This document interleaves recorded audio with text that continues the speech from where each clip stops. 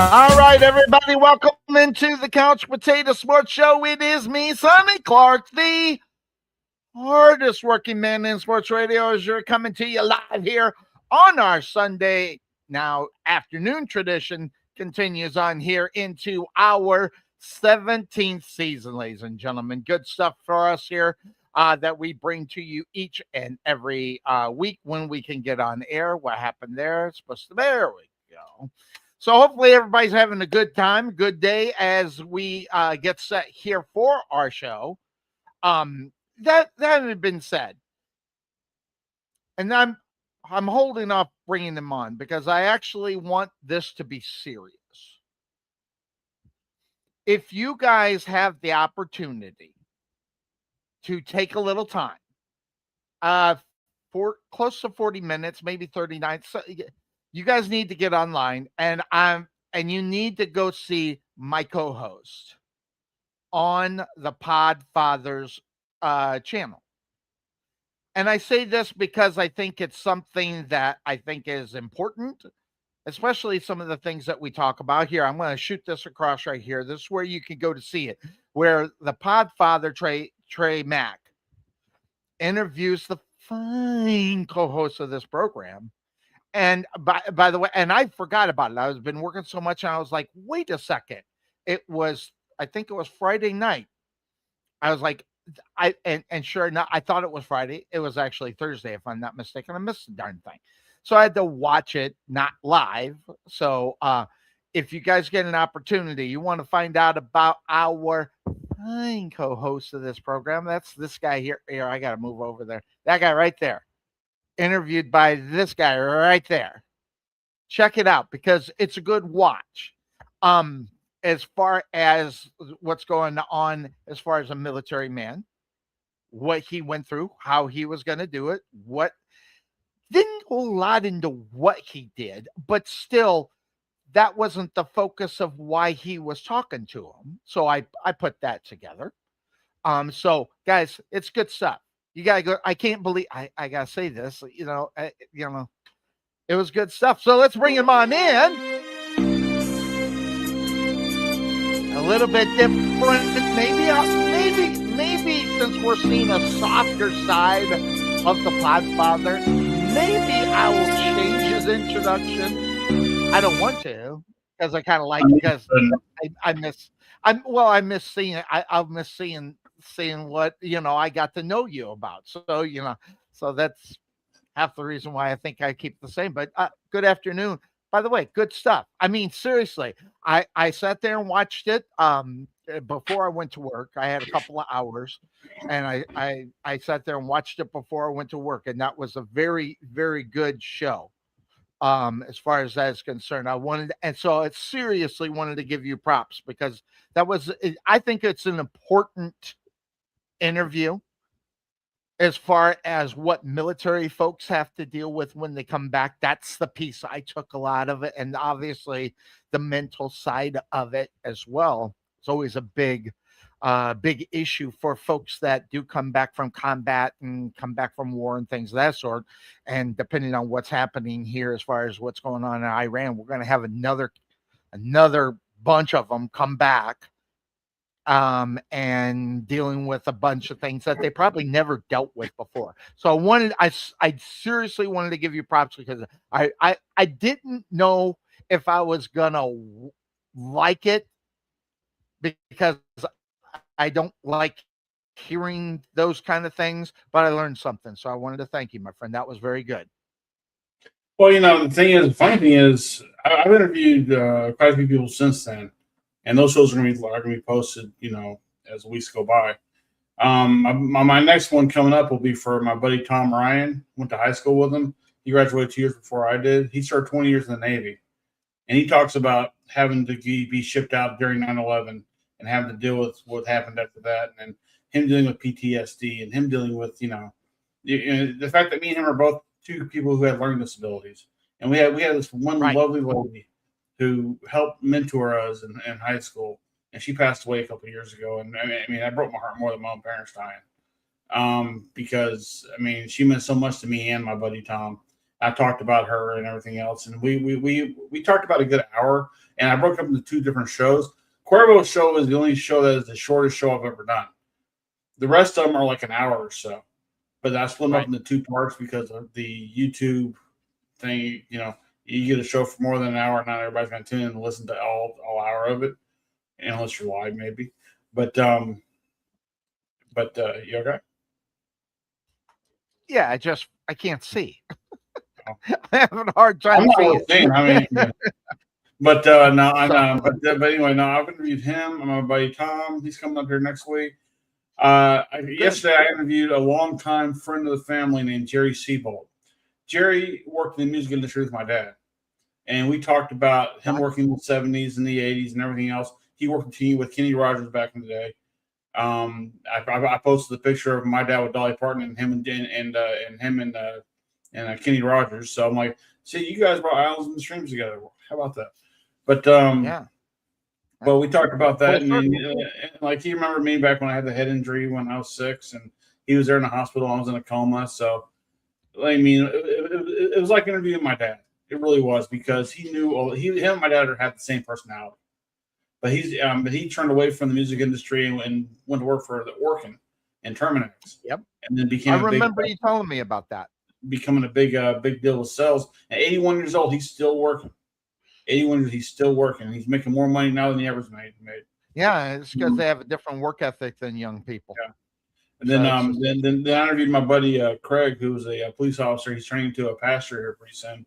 So we interviewed that not too long ago. And I got some other ones coming. I got a lady who's big into witchcraft. She's going to come on and talk about her beliefs. I've got a buddy who was a boxer back in Brooklyn back in the day. He's going to talk about that whole scene. I've got a lot of things coming up here, and like I said, I'm staggering these shows out like every week. You may get 2 parts of it, but that's part of the whole Trey McLean show. I want to interview people who have interesting stories. What brought them to where they're at today, what they plan to do with it after that, that kind of stuff. Because I've done the wrestling talks, I did the football talk here with you.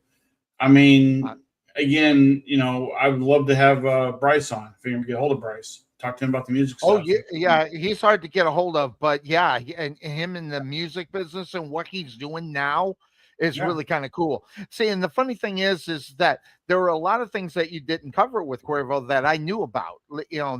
Where he is. You talked a little bit about where he was stationed, but what he does in the military, it's real. I'm not going to spoil it for you because I know you're going to probably interview him again. But there's some good stuff coming your way if you continue along that route with Cuervo. Cuervo's see, outside of sport, if people know him as a sports guy, and they kind of know him a little bit as a military guy. We briefly talk about it, but to get down to the nitty gritty about who he is, that's going to be a good interview for you when you dive even deeper in with him. That's going to be really good stuff, and you'll learn the stuff I know about him that I've known about for 17 years with him. So, well, the one interview I want to get, and I'm hoping I get it one day. Do you remember Nigel Rabbit? Mm-hmm.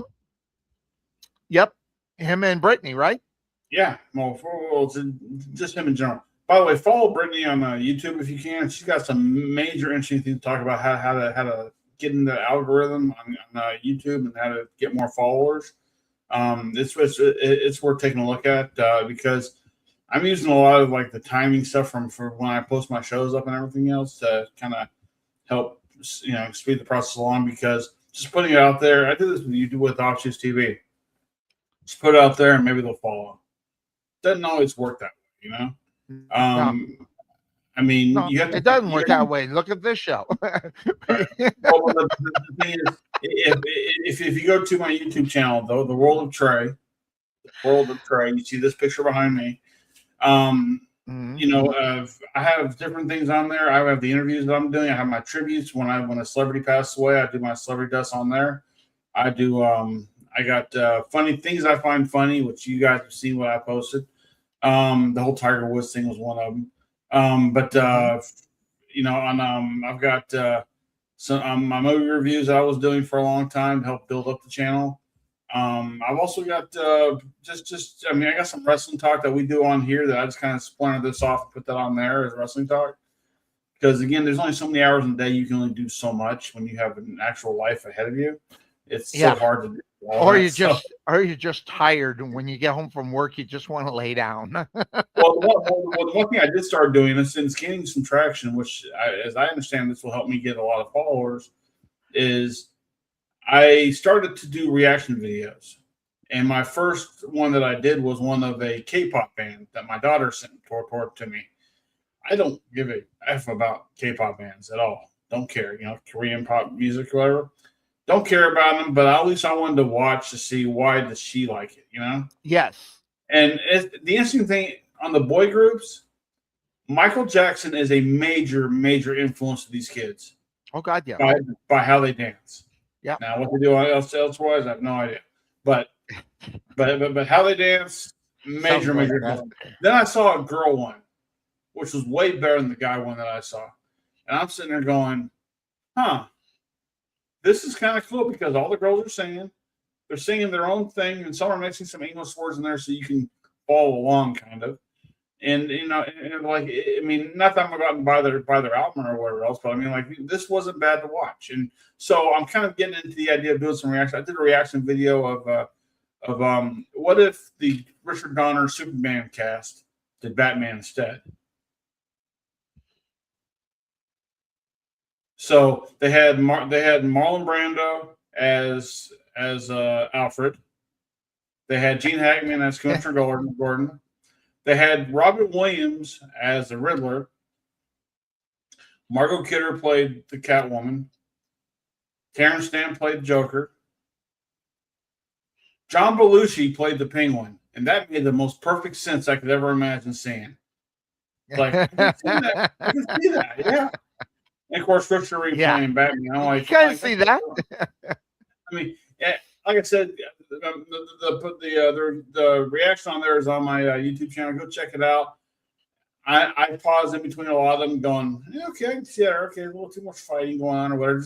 It's a lot of fun. It's something to do. I'm home for the next 4 days, so this is what I've been doing. Gotcha. Yeah, so keep them busy, and that was really good. Look forward to more. And all seriousness, because sometimes we're not serious at all. In all seriousness, that was very good, and I look forward to more of those because it's hard to gain my interest. It really is because I maybe it's because I just don't care about a lot of things. I'm getting to the point where I don't care about what young people or new people think because I'm kind of set in my ways and I'm kind of hard to get out of it. So that was the thing is, a lot of people, who I'm not saying you're a true narcissist, but you do have to sound your own voice. And so when it's not your voice talking, you don't want to hear it sometimes, So that's fine. That's gotcha. Fine. But the thing is that I think it's interesting. Like I've been watching a lot of stuff on YouTube of other people and what they thought about this, and I'm going, okay, well, what would be my take? How would I make this my own way? Mm-hmm. So that's what I'm trying to do, and just having fun with it. And of course, I still put together the art forms as you see behind your deal and my deal. Just having some fun with it. So you've done better than that than I ever have. But then again, you had AI. I was kind of doing it without the AI. So, but it makes it a lot easier and probably doesn't take as much time as it takes. Well, you kind of got a little bit in that when you tried to do the videos for the wrestling and how hard that really was. People don't really realize what not really. I wasn't using AI then though. I was using an app on my phone. I know. That was like a background eraser type thing where I put the people and then their promo pictures together and put them together and like sync up a background that would work up. Now ChatGPT does it all for me. Just give them the pictures and go here, make this a wrestling poster. Boom. That's all you have to do now. Exactly. You don't have to think about it. Back in the day where you had to take each guy, cut it, try to center, all kinds of crap. That took a lot, which I enjoyed, by the way. I loved doing that. But then it just got so tedious, and everybody's coming up with something in 2 seconds when it takes me 3 hours to do something. Just really good. It's the same feeling I had when right before a show started, the guy walking in, hey man, I changed my theme song. I've been here the entire time. You couldn't tell me that then. Not before 2 minutes before the show's going to start. Yeah, of course. Like tough So, shit. but anyway, yeah. Now I will say this. I got that Netflix thing going on, and I would say it was about 5 years, maybe. Yeah, I mean, I lost. I'm getting old. I lose track of time. I think it was 5 years ago. They came out with a show called "The Making of a Murderer," the Love that. Stephen Avery story. And by the way, I just if if you got time for 20 episodes. Now the original was 10 episodes, and since I watched it, they added another 10 with the second portion of it. So there's actually Which didn't really add a whole lot to the whole thing, by the way. The first 10 are what you got to watch for sure. absolutely got to watch the first part, and then the second part, the second 10 episodes is about his new lawyer breaking down the thing. And boy, I'm telling you right now, you thought he got screwed in the first part of this thing. Oh, I did. I watched the whole thing. I thought those people did that guy dirty big time. But the way she goes through it, his new lawyer, and how it gets all broken down, I think that guy's going to get out one day. He should, yeah, because I think I see, and that's my problem. I don't trust the cops anymore. People used to trust the cops, and so let's say he did it for your sake because that's what you think. There was Right. so much reasonable doubt in that whole thing. There should be no reason why the guy's in jail, based upon, at least in my opinion, and what I know of the law and what I think reasonable doubt is. The problem is that a lot of that reasonable doubt that I get to see didn't actually make it into the court case either. So there's a lot of things that and it was 20 episodes, mostly an hour, but some of them went to an hour and a half to 2 hours, depending on which one you watched. So I got a good 26 hours into this show that I got engrossed with. I mean, because I'd wake up in the morning at about 5 a.m, and tell myself, just roll over for a couple. You don't need to be up at 7. Well, no, I get out of bed and I start watching it again. So it got me engrossed. So I'm looking for the next one. I'm looking for the next one that can grab me and keep my attention, but not just be a small docket. I like the long ones so I could get the whole thing. Got any suggestions on something like that? I figured I'd ask you. I don't know if ESPN has this or whatever, but the OJ one they did, where the one where ESPN one, the 30 for 30 one that was the duration, and they did a very movie. good. They did kind of a mini series off it too, which was actually pretty good. The funny thing is that going back to Making of a Murder, there was so much stuff that they left out of the documentary. Yes, that could really prove his guilt. But that was not the idea of the director. That who wasn't the idea of it. No, so because they want to have dopes like you sit and go, man, that guy's innocent. He get out. No, I mean, look, there's a reason why him and his nephew Brendan Dassey, and we should never know that name, but we do. And the reason why you know that name because he was going to miss out on WrestleMania when he's going to go to jail. I heard that immediately. Am I going to get out before WrestleMania? It's like, wow. Let's look. It's an unfortunate situation. The main thing is a lady died. Yep. Somewhere around his property. Whether he did it or the nephew did it or someone else did it, the fact is like she the died. Cops, like those dirty, low down. Hey. You've only watched the documentary. You've not watched anything else. No. That's why I'm looking for more stuff. I'm going to go around and I'm going to find the other stuff. I am but I'm also looking for another one. But no, those cops. I don't care what anybody says. And the prosecutor, he's just a pervert, but he's just a scumbag anyway. But outside of that, I just thought they did him dirty, really, really bad. I just say, but that's just me. Maybe it's because I watched it with a different frame than most people. Right. I didn't watch it. I didn't watch it as someone who was involved with. I watched it as a juror. I watched Okay. it as a juror based upon what was presented to me. I saw so much reasonable doubt within the fourth episode. I couldn't believe what the heck was going on with this silly thing. So the one thing that got me stuck in, I was back when I was working overnight. My body clock was still working on the overnight part. One thing that got me kind of hook, line, and sinkered was I go on YouTube and I come across the 1963 November 22nd, as the events took place when JFK got shot. Yes. And you watch the news, all the stuff filtering through the news from the time that he got shot to the time they caught Oswald. All the stuff that led into that whole thing, and that makes you want to splinter off into, okay, the day that Oswald got shot. And then you go from there, and then you kind of look for, okay, well, when did the Warren Commission do the other thing? You look into that. And you look into, okay, when did the first time we saw the video of Kennedy getting his head blown off happen on TV? See the Geraldo show. And it's such a nice little wormhole to go through.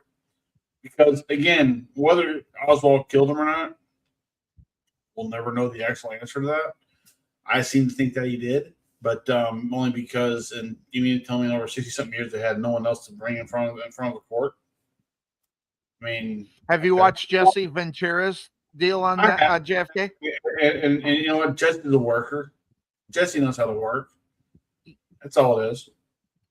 Well, I liked his take on it, and I've seen. And by the way, JFK, my first wife's father had a bookcase, and the only thing that was in the bookcase was JFK stuff, and he read every page of everything this guy could get his hands on.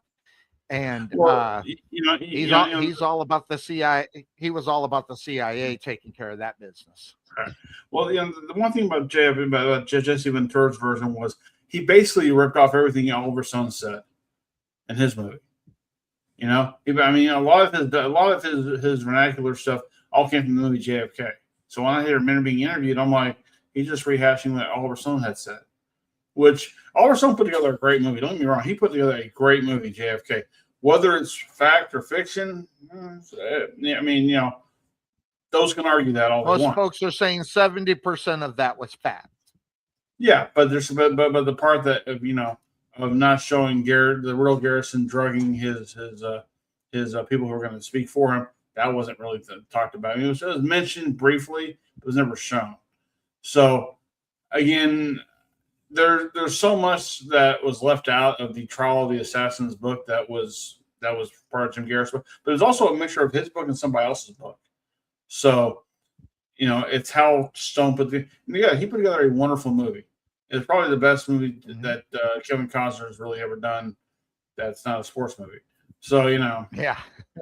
I mean, again, that's the one thing about Hollywood and Netflix and all this other stuff. They can, if they're going to put out something that's going to make you think something else, they did their part. Mm-hmm.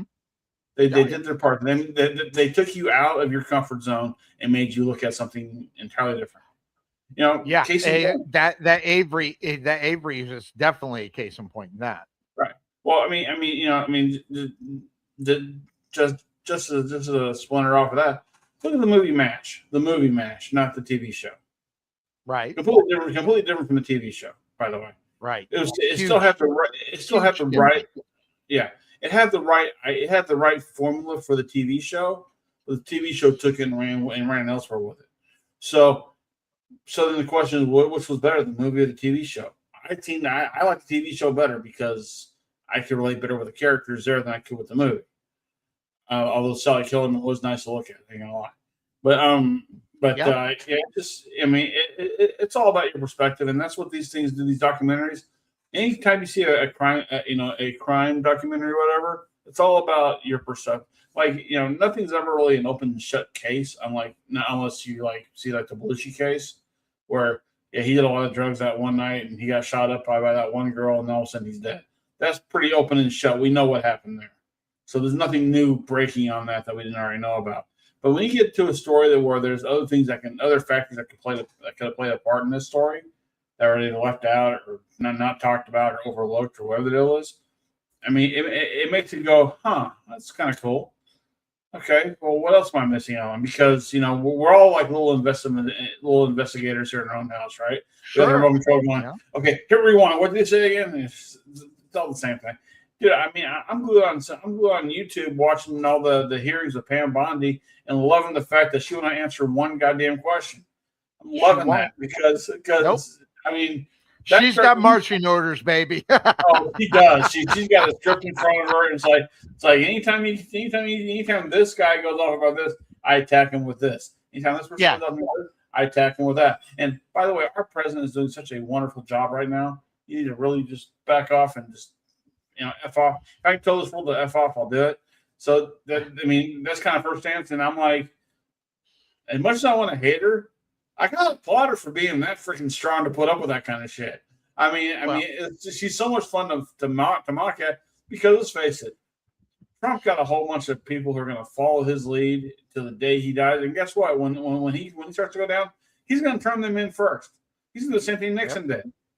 I mean, Oh yeah. I mean, the attorney general for Nixon went to jail way before Nixon ever got tried. Right. Think about it.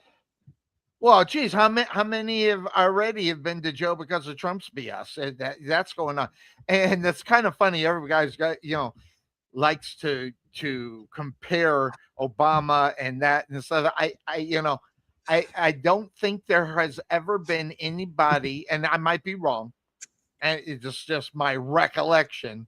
Anybody who served for Obama that's in jail. I haven't done it. Based upon covering up for the president. I don't know of anybody from but they Obama. should be in jail right now. In fact, the old FBI guy, he's now dead, so I'm good with that. So, it is such a shit show, and the fact that that's our leader. Yes. And look, you can like Obama, you can hate Obama, whatever. It doesn't matter. The fact is, when he spoke, you felt like your president was speaking to you, whether you agreed with him or not. When Trump speaks, it's like a third grader speaking to you. But there's credibility. But the difference between Obama and Trump is credibility that's behind him. So that's you had a whole lifetime of Trump lying. So everybody who when Trump was elected the first time knew what they were going to get for 3 years. I knew exactly what I was going to get. And then now it's even worse because dementia seems has set in a little bit. So he got that going on. The bigger question is, with Trump as your president, were we better off with Alec Baldwin playing Trump or the new guy on SNL playing him? I'm not going to answer that question. I know where I am.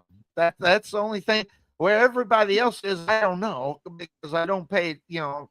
I got to pay attention to number one. I got to pay attention to what I got to take care of, and what everybody else is going through is none of my business. But there's a different philosophy from me compared to others. I was brought up on mind your own business. What's going on with somebody else is nothing. No. I mean, when Alec Baldwin played Donald Trump, did he do it better than the current guy on SNL?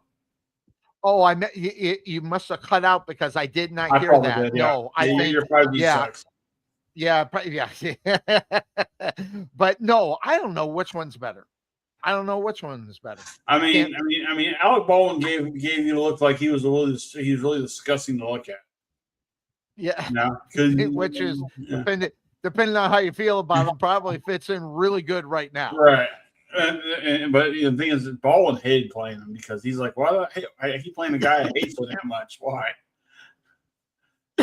There's one guy on the YouTube that is really a really good Trump guy. Just excuse me, I'm gonna die here. Not sure who he is or anything, but he just cracks me up. Yeah. But the funny thing I think about that is that those that support him either just refuse to watch these videos of these people imitating him and realizing how ridiculous he actually really looks. Now, granted, what they do, they multiply it by 5, but still, it's still there because you can see it and you're going, yep, that's exactly the way he is. So, but yep. Yeah. So I'm actively looking. I am gonna go and go to YouTube and go to the other stuff on Avery to hear other side. Obviously, it's like listening to a Republican and Democrat. And I was listening to the Democratic side of everything when I was watching this one, so I got to see what the Republicans got to say about it, and why everybody. What I found out was why everybody was fighting this guy getting out when murderers get out a lot less time than these guys have been spending in jail. It's just incredible. So I got to know why. Probably due to the heinous way that she died. Depending if you believe that or not, because there's no evidence of how it happened. Well, I mean, the thing is, she got incinerated. Yeah, so, yes. The thing is, because they try to leave no trace of her being anywhere near that property or whatever, the fact that they literally made a person vanish. Yeah. And because of that, that's why they're where they're at for such a long time. Because, there are murderers who go to jail forever. There are some that get out. There's some that get out in no time at all, because based on if it was self-defense or whatever else. This was never a self-defense thing at all. This is more of the idea what he was convicted of. He invited a girl in there. He raped her. Then his nephew raped her. Then they killed her and they incinerated her. That's what he was tried for. Right. So that's what he's tried for. That's why he is in jail. Now your own personal beliefs on why he's in there for so long, don't worry about that, because that's not important. What's important is what they found on him, and the fact that that's not the first time they've had to deal with him either. Now, the first time they dealt with him, they were in the wrong, but. Well, actually, the first time they dealt with him is when he killed a cat or a dog. I can't remember. Yeah, well, the thing is, that was so menace. But he has such a criminal past behind him of assault of another of his girlfriend at one time, and just all these other things that were going on to where, like, one thing was kind of building to the other one, And when he went to jail for raping a girl on the beach or whatever. And was there, and then he got exonerated because they found the right person who did it. Then that just gave him an out. Well, that was DNA in reality. But the thing is it still gave him an out though. Oh, they all screwed me all around. I mean, this is all their fault. It's kind of the Trump syndrome, is it? By the way, what is Trump syndrome? Pam Bondi was thought people who are against Trump. Isn't someone who follows Donald Trump part of the derangement syndrome? Hey, he's having a hard time doing that up the stairs on that airplane thing, and they thought Biden had a hard time with it. I'm telling you right now, Trump's having a hard time with it too. How many times? And I don't even know why people are bitching about that. These are old people walking upstairs. And by the way, how come they can't just get them a lift and just lift their ass up there, make it presidential? What I don't get is Trump goes off as Sleepy Joe Biden. We see Trump sleeping in every meeting he's in. Because it's a double standard. It's like being married. I guess. So kind of like that kind of thing. But anyway, that's another shot. Oh, so, by the way, by the way, big news. I have a new roommate here at the house. I saw that. Yes. How's it going? I've seen some of the videos where they're at back and forth at each other. I like it. I took over my ex's dog because the thing was that as long as that dog lived in that house, she was going to shit and piss everywhere. So I got her out of there so we can try to get the house fixed up so we can sell it. And so me taking her here is the best for everybody. And except for maybe Poe, because Poe's like, what's up with this? I'm bigger than this dog. This dog has got a golf ball sized tumor in her gut. Yeah. Which, by the way, I hate to even do this, but I'll do it anyway. Makes you a huge fan. I'm a huge fan of you for doing that kind of stuff, regardless of how it happened or whatever.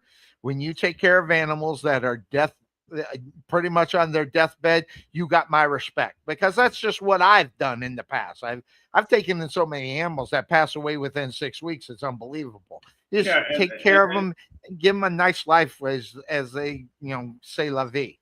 Yeah, I mean, her life is a little different there. I mean, she's in a cage when I'm at work, and she doesn't have to access the house because I'm not going to put me in. And she's peed in her cage a few times, but she's not used to being locked up for 11 hours a day or whatever. So it is what it is. But she's getting more accustomed. She loves the couch. She won't. And once I get her and Pose separated, Pose right here next to me, and she's on the couch. But once I get them separated, they're fine. When they go outside, Pose out there putting his nose up her ass. I'm going, dude, no human centipede here. Don't do that crap here.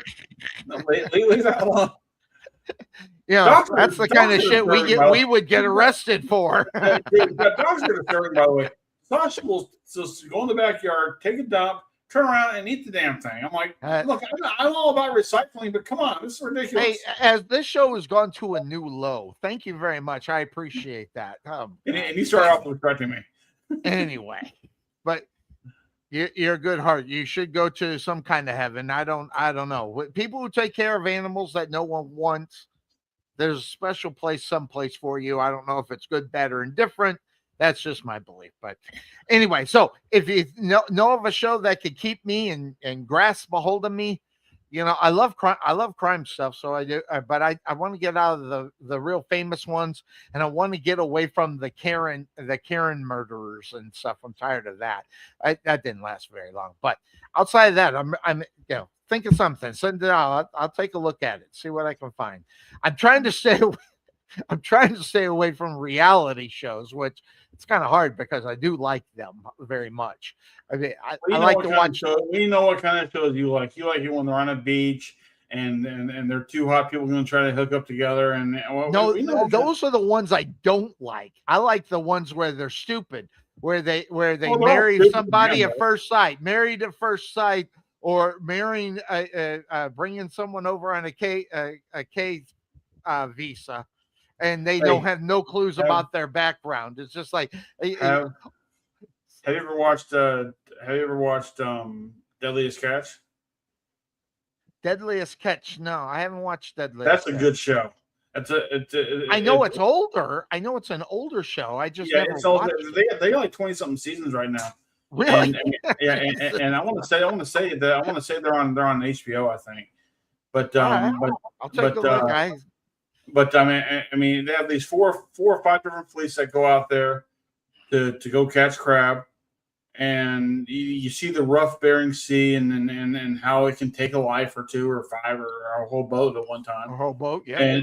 And I mean, it's really, really good. It's really, really good. And I don't know if you'll get transfixed into it enough, but just sit there and go. It's almost like this one show I watch on YouTube, and it's even on Tubi, I think. Wilderness Cooking. This guy from way over there in the Far East, he lives off the land. Every animal that's on there will eventually be a dinner. Okay, every animal. I mean, he's there feeding the cat, whatever left over. I'm like, that cat is dead cat walking. I'm telling you right now. But that cat walking. You see him bring out this big ass turkey that's about the size of my house, and throws it out there and carves up in little bitty pieces and shows ways to cook it up, and everything he does is off the land, right? So sounds like you're sadistic at what you watch. I'm not done. I mean, it's really a cooking show. A cooking show. Yeah, but no, I mean, it doesn't show him actually killing the animal. It shows him the animal already being dead and him just taking it. And I was going to say that would be kind of gross. But like or if he's out there catching fish, I mean that's a whole other thing. So but he has no little pond of fish that he can just do that and go fishing. So I mean, it's a very. I mean, again, there's no. I mean, they don't speak English, so you're sitting there just watching the actions going on. You're going, that's fascinating. Why am I watching this? I mean, I cannot survival skills. I cannot not turn away from it. Like I watched the Bearded Butchers one time. They had Brock Lesnar on there one time, and I heard about that. And they're cutting up a cow, right?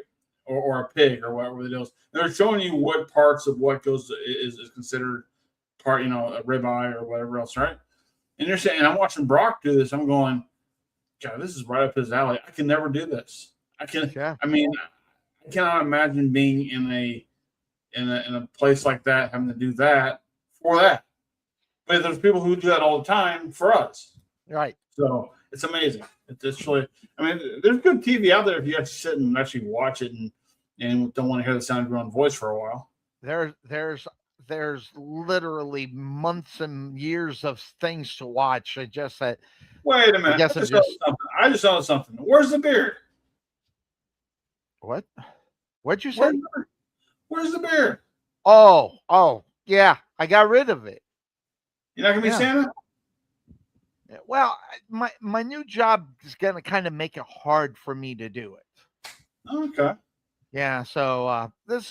I thought you looked different. I'm like back to normal, man. Back to normal. Well, it's not really bad. I mean, you used to not have a beard, so I mean, that's when I first met you. I had this. I've always had this.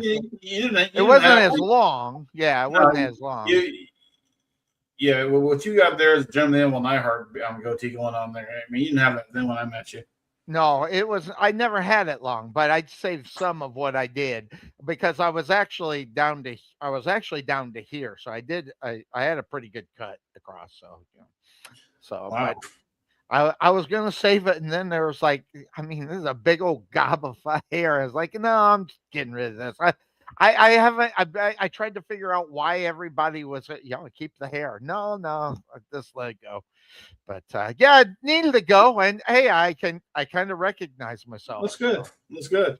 Yeah. So so I can see myself. I mean, I have to make you a new picture behind you now to cut the beard off, but don't. You're gonna have to change it. Damn it. Yeah, hey, I'm putting you to work. I mean, you put me to work for years, so there you go. You got to figure it out yourself. So, but I still like those. I still like them. But anyway, where were we? I don't know. Well, here, let's do this. Let's do this because I found something that I thought was very interesting. Because we're getting close. What are we? 3 weeks from WrestleMania? 3? Something like that? Yeah, something like that. Yeah. Something like that. And the Jelly Roll. Now, I know more about Jelly Roll than this guy wrestling because he's just now coming up from NXT. I only seen it a couple of times because I don't watch NXT as much. I forget it. I even forget his name. Kip Bolson. So that being said, of course, that's the name of his show. Catch us on Sundays. I guess I'm going to ask you. I mean, are you interested in this match? I mean, I have you fallen? I mean, I'm more of a Bad Bunny. I mean, if they're going to bring in a celebrity, I'll watch because I think Bad Bunny's got actual talent.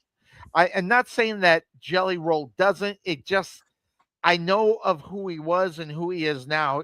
All the weight loss just makes it look weird to me because I'm used to seeing Jelly Roll as Jelly healthier. Roll. He's healthier now. He's healthier now, so good for him. I know. But I'm just saying. I'm first of all, I'm not a fan of Jelly Roll. Whatever he does, he sings something, and I'm not interested. Maybe that's it. I'm just not interested. Okay. That being said, he was there last year. He did his little bit last year, and I'll give him credit. At SummerSlam. Yeah. I'll give him credit. It wasn't the worst wrestling match I've seen. Of course, we've seen a lot of wrestling over the years. I mean, so it wasn't the worst, but I'm just wondering, are they taking the stretch with Jelly more so than, I mean, I think bringing Bad Bunny back is actually a good thing, especially after what happened at the Super Bowl and bringing him in and, keeping him as hot as he was there and bringing that hotness more so than a Jelly Roll into this situation. Or are they bringing in Bad Bunny and I'm just not hearing about it? No, the thing is, you got WrestleMania coming up here. You're gonna utilize a guy who's been training at the Performance Center. I mean, Bad Bunny did the same thing. Bad Bunny's busy doing his own thing right now. I'm pretty sure if they can bring him back, they would. But the thing is that right now, Jelly Roll, he's still a hot ticket item right now when it comes to. I guess he is. I mean, we had him up at my place of business not too long ago, and he had 2 shows there, both sold out in no time. Well, how many seats are in that thing? 6,500. Well, okay, that's impressive. Because I thought it was only 3,000. I was like, okay, so The older arena used to be the GEC used to be that. Now the newer okay. the Lucas Oil Live is a little bit bigger now. But we had him and Laney Wilson there one time, and I mean, so they have an audience. They have an audience that will gravitate towards whatever the hell they're going to do, which is what you want to do. Because again, as we saw on the independent level, not everybody is going to draw a crowd. Okay, especially not at that kind of high ticket price. So what else can they do? Well, it's WrestleMania season. They bring in celebrities. Remember, they brought in Lawrence Taylor at one time. They usually do. Yeah. They brought in Mr. T in the first one. They in the second one, for that matter. They're always about bringing in the big celebrity guy because big celebrities want to do business with WWE. And the thing is, now if you want to get in the ring, by all means, go there. They'll train you how to do little things, whatever, to make it safe for you. Yeah, it's going to hurt, but that's just part of the business. And if you know that ahead of time, then we're good to go. If you feel like you can't do this, we won't bother. Like Travis Scott learned that he can't do this, so he got out. Travis Scott. Okay, I remember him. Yeah, because he's not in there anymore. No. But the thing is, IShowSpeed loves it, and he's making waves again in there. So I mean, it's just look. WWE is good about hitting an audience that isn't you, or me, or anybody else. They're able to find the outside person that's never going to watch wrestling, watch it because they brought in so and so. Exactly. And Jelly Roll loves his business. I give him 100% props for going out there and doing whatever he can do. Okay, now he doesn't have to. This is a choice for him. He chooses to go out there and do it. They're not saying, "Hey, we're just going to do WrestleMania. You have to do this. You have to do this." He's going to go, "I don't have to do shit. I'm not under contract with y'all." He's doing this because he wants to. He loves. Wait. He's being paid. What do they pay him? Do you know? He's being paid to do it. Yeah, but the thing is, though, is that they offered him up and they're saying, "Look, we want you to come in here and like if you're available for WrestleMania, we'll let you use you." Okay, great. What's the price? It says, "Okay, what do you want me to do? This. Fair enough. I'll do it." Trust me, you and I have worked with independent guys who are not willing to do that. Right. Okay? So, the thing is that I applaud them and Jelly for going out there and just, it's a moment that both the company and him are having. And the fans get to be a part of that, whether they like it or not. And things, if you don't like it, guess what? Boom. Well, the worst thing you have is a 20-minute match you got to get through. So not even 20 minutes. It might go 10. Well, I mean, with the intros and everything. I have watched things that are. I've watched Avatar, which never would stop if I was still on a gummy weed. So yeah, that's just no. I've seen some shit. Is it the same?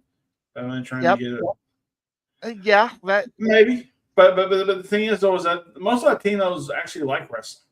Hey, he's not even Latino. He's American. He's Puerto Rican, isn't he? I'm just joking. I'm just joking. look, the thing is, WWE will appeal to a broader audience than you and I. Okay, this show. And they know where it's coming from too. I'll give them that. They know. Yeah, they know what's going to bring eyes to it. So. And the thing is, he's not wrestling a main event guy. He's not taking a main event spot away from somebody. He's wrestling Kit Wilson. Kit Wilson's trying to get over. They're trying to get him over somehow. So. Yeah. So why not? He reminds me of a John Morrison, though. I'll say that. A little bit, and I think he could benefit well with the Miz in his corner. Oh God, yeah. See, the Miz and Triple H are two of the guys that know how to put guys over, and they do it well. I mean, so it's just it's not. I don't think it's as easy as everybody thinks it is. Well, did you hear the interview that Brock Lesnar had not too long ago? Well, Brock Lesnar is definitely putting guys over. Yeah, there's no question about it. I'm just saying. He actually said they're not paying me to win. They're paying me. They're paying me to put other guys over. That's not fine with. They're paying me. I'm buying groceries with it, and I'm feeding my family with it. Good for them. It's a lot of groceries for that kind of money, but don't worry about that. Hey, so he's getting a lot of grocery money. I'll tell you that right now. He is. But the Yeah. thing is that I mean, once he's done with wrestling, what else is he gonna do? Well, it's not like this guy's broke and he needs a job. No, no, So no, it's like, no. But so let's not worry about Brock no, Lesnar no, here, no. okay? I mean, I get that, but what is life after wrestling for a lot of these guys? What's life after football for a lot of these guys? I mean, a lot of them go into broadcasting. A lot of them can stick with the business and be trainers. A lot of them be agents. I don't see Brock Lesnar being an agent. I don't see Brock Lesnar trying to help someone. Brock further their career in Lesnar is wrestling. going to go back to his, 900-acre play, and you won't hear from him again. He doesn't have to. And the difference between Brock Lesnar and a lot of them, after it's all over, I don't think we see Brock Lesnar. First of all, he's not a great talker, so I don't think commentating. He's a better talker now than he's a better talker now than Well, he's better than he used to be. That's for sure. But still, not up on the level where you want to hire this guy to be a guy, a main guy that will talk. Again, ESPN can bring him in to cover UFC fights if they wanted to, or any MMA fights. I mean, there's places that he can go. No, I'm not saying there's not. I'm not saying. I'm just saying that I don't think he wants to. I mean, you want to talk about a guy who's disinterested in a lot of things? That's Brock Lesnar, man. Yeah, because he likes his peace and quiet. Well, yeah. I mean, he's got Sable as a wife. He doesn't want to go too long away from that. Have you seen Sable lately? I have not. I have not. I mean, good for him and her, I guess. I mean, she hasn't aged well through the process, but it is what it is. Well, that's all that plastic that's going on out there. I imagine making that worse. By the way, women, don't do it. Stay away from plastic surgery. You'll do it. Come on, do it. Yeah, it's like he's gonna work exactly. He's gonna work on a farm and do what he wants to do. Now, granted, I'm not saying that someone won't throw him a couple of million for a couple hours of his time and he'll jump on it. But as a regular, thing that you get to see all the time, I just don't think we'll see Brock Lesnar. He's just that way. He reminds me a little bit of Goldberg. You don't see a lot of him anymore. We're seeing too much of Goldberg right now. What are you talking about? We're seeing way too much because Goldberg's showing up at conventions. He's showing up at other things to do autograph signings. Well, some of them, he gets paid big bucks. Brock Lesnar doing autograph it's signings? not like he's Virgil, who, by the way, passed away, but it's not like he's Virgil that needs the money from they pay him and he comes in and he's in and out. That's totally different than these wrestlers. Can you picture Brock Lesnar going to a wrestling convention? No, I can't. I can't either. But you want to know what? Interestingly enough, I never thought I'd see Scott Steiner having to do it, but he does too. He has to do it. He has to. Yeah. So it's just I worked a show out in where was it? In Midland, Odessa, that area. For the promoter who passed away not too long ago. He invited me out there. He has Scott Steiner on as a part of the show. Mm-hmm. So I'm like, I get a chance to interview Scott Steiner. Cool. I got to interview everybody else but him. Oh, he's a jerk. He's a jerk. Oh, but it worked out well. I love him, but he's a jerk. Let me talk, son. Shut up. But it all worked out because I got to interview a lot of great guys. Jason Taylor, who's been with Sword Championship Wrestling for a little bit. Jake Logan. Jake Logan was part of that. And a few other guys that were there that would come through Sword every once in a while. But no, it was a cool moment. I got to watch Scott Steiner. Time the show started, he was still in the building because his flight stopped. He missed his flight down just south of Midland, Odessa. So they had to find someone to go drive down there, pick him up, drive back up to the venue, and make it in time for the main event. He shows up in his camouflage pants and an NWO shirt, and that's all he had. Yep. I was like, wow. Yep. So they do. I don't know. I think I love the conventions because you do get, but the time I met Scott Steiner was over at where they filmed Dallas. They did a show over there, and I met him over there. Yeah, and I was just briefly just talking to him, and Big Papa Pump's one of my favorite. I love him. I love Big Papa Pump. Just just the whole gimmick and the everything was so funny. But You when got I him met back him, I then. was just yeah. When I met him, I was just talking. He said, "You want a picture?" I said, "Nah, I met you. That's good enough for me," kind of thing. And he was like, "Man, I could use the $35." And I was like, "Whoa, wait a minute, $35? Are you kidding me?" So that was on the outside. But if you wanted to get a picture of him at the intermission in the ring, it was $50. And dude had a line. Dude had a line. That's all I got to Well, say. I was like, damn, he was doing the math. I was like, shit. I worked an NWA show, in NAWA show with, and we had Broken Matt Hardy as our feature guy. You know, this was during the first teenage run when he became Broken Matt Hardy, and he was a good friend. He was good friends with Randy Wayne and those who Randy had brought down from North Carolina to be a part of the show. Right. And he had 2 or 3 bags full of merchandise that he was selling. The man made over, I mean, minus his booking fee, which I can't imagine how much that was. He made over $5,000 for that one day. Yep. And just all the shit that he was selling. Yep. And I got to interview him too, which was kind of cool. And he did it completely in character, which he told me he was going to send in. Here, man, it's fine. You be you. And it was such a cool thing to see. And of course, that led to the whole Doberman and Randy Wayne feud that took place, which has been going on ever since. So yeah, it was one of those things where, you know, these guys can make a ton of money on the indies. I mean, Matt Cardona showed he can do that on his own. Matt, he is the gold standard if you want to learn how to make money on the indies. He really is. He really is. And now he's back with a big company. And he's working with Randy Orton right now on SmackDown.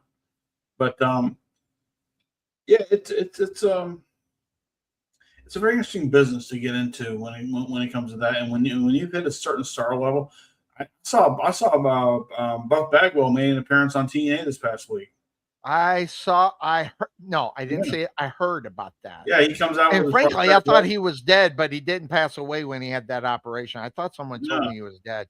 No. I mean, he lost his leg, but I mean, come out with he's already walking with a prosthetic, so good for him. I mean, that doesn't surprise me. That doesn't surprise me. I think he's got that much drive in him. Yeah, so I mean, good for him. I mean, he's found a way to turn it around, and that's a guy who's hit rock bottom a long time ago. So yeah, it's good to see. He was working with DDP for a while. Still is. I mean, I think, you know, if anyone needs the Warrior Award for whatever, give DDP because why not? I mean, Jake Roberts is 14 years sober right now. He lost Scott Hall, but Scott Hall might have been a lost cause at that point. He saved Sean Waltman. He's done a lot with, I mean, Lex Luger. Look at him. I mean, there's so much that's gone on that DDP has had his hand in to help people out. Even Mark Mero and him are real close. And Mark Mero he's changing lives everywhere he goes now with his speech. His is more on the religion side pushing, but still, whatever you can push to do. No, he's a religious dude. I'm telling you, I know. I watched it. I have too, but the thing is, I mean, he's more of a self-motivator type thing, and he's like, "Hey, God, help me with this, but whatever works for you, do it." And I listened to his interview with CVV this past week.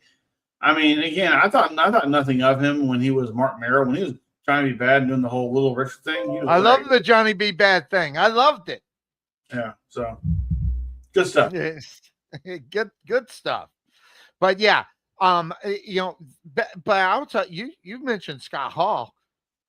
Scott Hall wouldn't have made it to where he made it to without DDP. He would have been dead years before that. So, you know, and that one wrestling in where they had to practically prop him up in the ring, and boy, that was a sad moment for the bad guy, you know. So, but after that, DDP went and did what he did and got him where he is. So before he passed, obviously. But Johnny B. Bad, I kind of liked it. I don't know, maybe because it was so. That's probably what it was, because it's kind of so. I think we probably got who's the best player in the draft? Who I don't think is what people think. Well, I'll tell you, I don't have an answer to that question. I do know who's going to go number one, probably. It's that quarterback. I can't remember his name off the top of my head. We're gonna look at that here in the next couple of weeks because draft Fernando Mendoza. Yeah, Mendoza. Yeah, he's supposed to be the badass, and depending on who, there's a guy for Ohio State that he's a linebacker, and I'm hoping he can either fall to the Cowboys at 12 if Dallas doesn't make a move for something else. And his name is, you remember this? His name is Sonny Styles. Oh, I've heard of the name, maybe because I think he might go 6. So I think he might go early. Yeah, I don't know. Downs is number 1. I don't know. I don't know who that is. I'm not sure who Downs is. So, like I said, I haven't done any investigate because you know me. I don't give a shit about rookies. They're normally 90% of the time are irrelevant their first year, so I don't give a shit. I want to see what they are in year 2 or 3, and then we'll find out if they're worth a nickel. Now, granted, you'll find those, those diamonds in the rough. Sure. I mean, that will come out and do it right away. But when you got, I mean, was ever a diamond in the rough bigger than Brock Purdy? Mr. Irrelevant? No, Brock Purdy, yeah, exactly.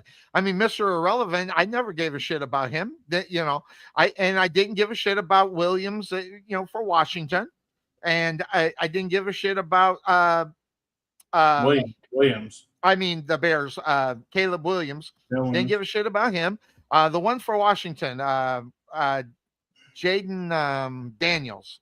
Didn't give a shit about him. Yeah, I and the one in Houston, didn't give a shit about him. He's fallen face of the earth. He got his moment in his first year and a half, and now he's unrecognizable from that. And that's what you kind of hope you don't expect from the guys who do come out and do really well their first year. Jaden Daniels, you're kind of hoping that injury was the big thing for him in his second year, more so than this is just what you're going to get. Well, it's like with the guy from Houston. I'm drawing a blank on his name too. Stroud. Yeah. CJ Stroud. CJ Stroud. Yeah. Thing is that he's done nothing to build himself up for a good second contract. Because here in the NFL, you have to look at it this way. You probably have 3 big contracts that you're going to get. Your rookie, which is your bare minimum, whatever. Right. Your rookie should be the lowest contract you should ever get. The second one is your highest. Your third one is we're going to pay you extra because we think you still have something left. Your fourth and fifth and everything else, that's all free agency nonsense. But I think for him right now going to a second contract here in a year or 2 from now, it ain't looking too good for CJ Stroud. Ain't looking good at him at all because Houston could immediately look at him and go, well, let's see. We got Arch Manning coming out here this year, hopefully. So maybe we can find a way to get him from Texas. I mean, I don't know.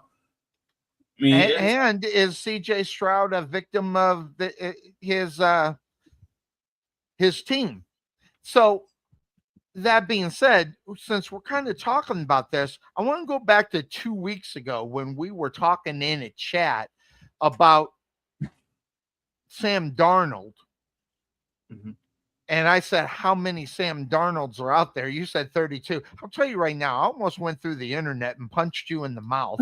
I was like, stop this. You know what I'm saying, but you're doing what you're doing. But really, if you think about what Sam Darnold, well, yeah, I should have done it when I met you. I probably would have knocked some sense in you. But I hit you back. Yeah. The Sam Darnold story is a very interesting story, by the way, because before he went to Minnesota, I'm not a guy that I'm not the only one that thinks this guy sucked. And so it's not any revolution that Sonny came up with. This guy sucked. Okay, but everybody seems to think I'm the one started the rumor. But yeah, listen, the guy sucked and everybody knew it. But it's really interesting when you start thinking about how many guys have been able to do what Sam Darnold has been over. You listed a list of guys that that wasn't even in the play of what Sam Darnold did. He didn't bounce to 4 different teams and then all of a sudden get good. Some of the guys you were mentioning. I want to know. Sam Darnold started off his career with the Jets. That's already the basement of the NFL. Well, that's not the point. No. Let me finish. He went from there to Carolina, another basement dwelling team in the NFL. So he's one of those players that has to have players around him that are willing to compete with him. When the team doesn't want to compete, made him not want to compete. And you can only do so much, and like he's gonna be the only one guy in there taking the ball and taking all the hits, and then go, I can only do so much because my team sucks. So I don't fault him for that. Now, I think a lot of players who don't have success can falter from that.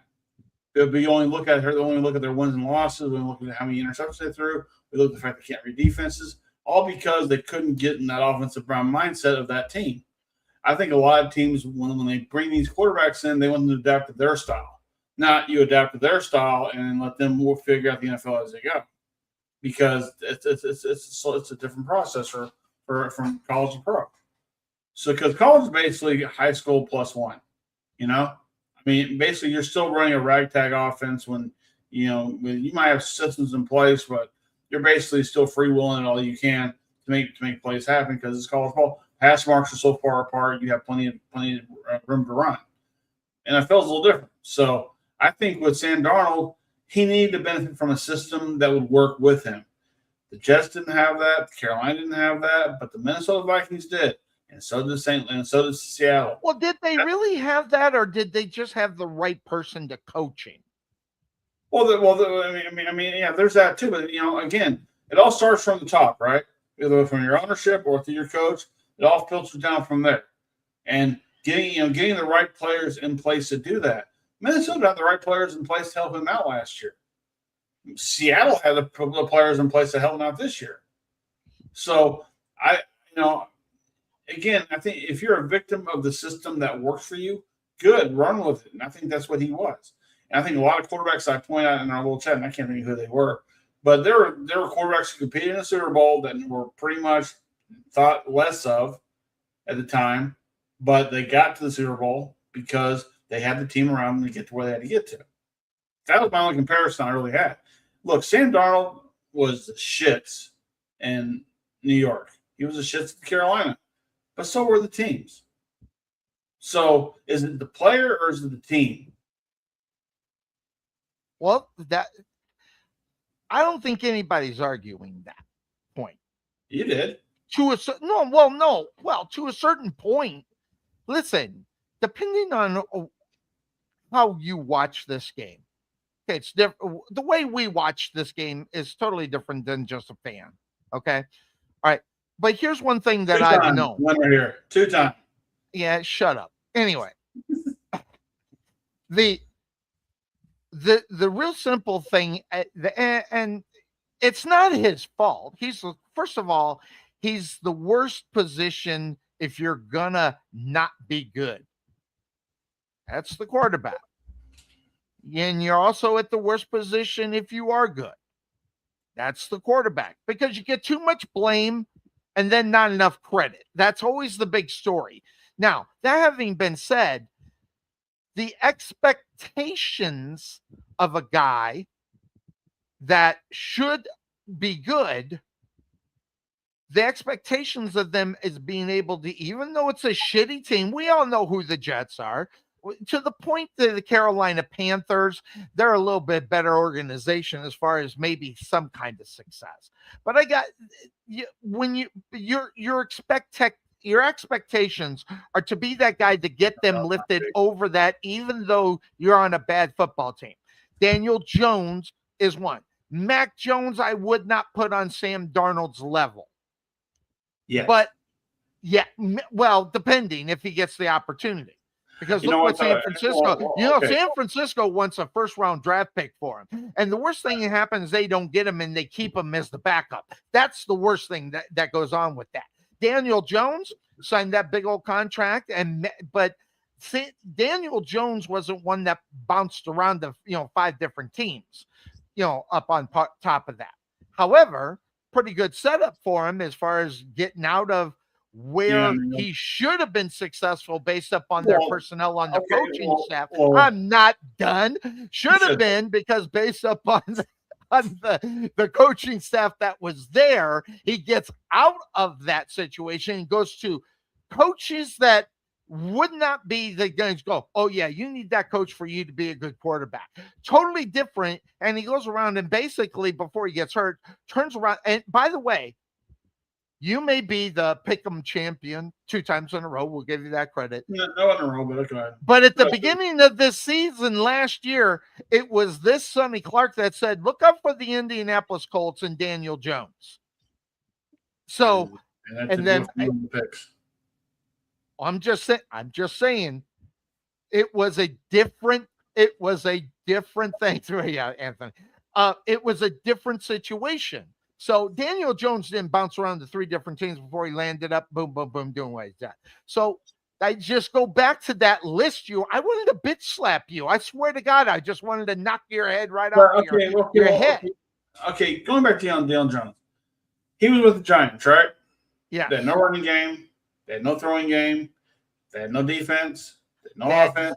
Dable, they were expecting him to turn him around. That's why he was there. They were the shits. So you take a talented quarterback like Daniel Jones, who could not get a fair shake in New York.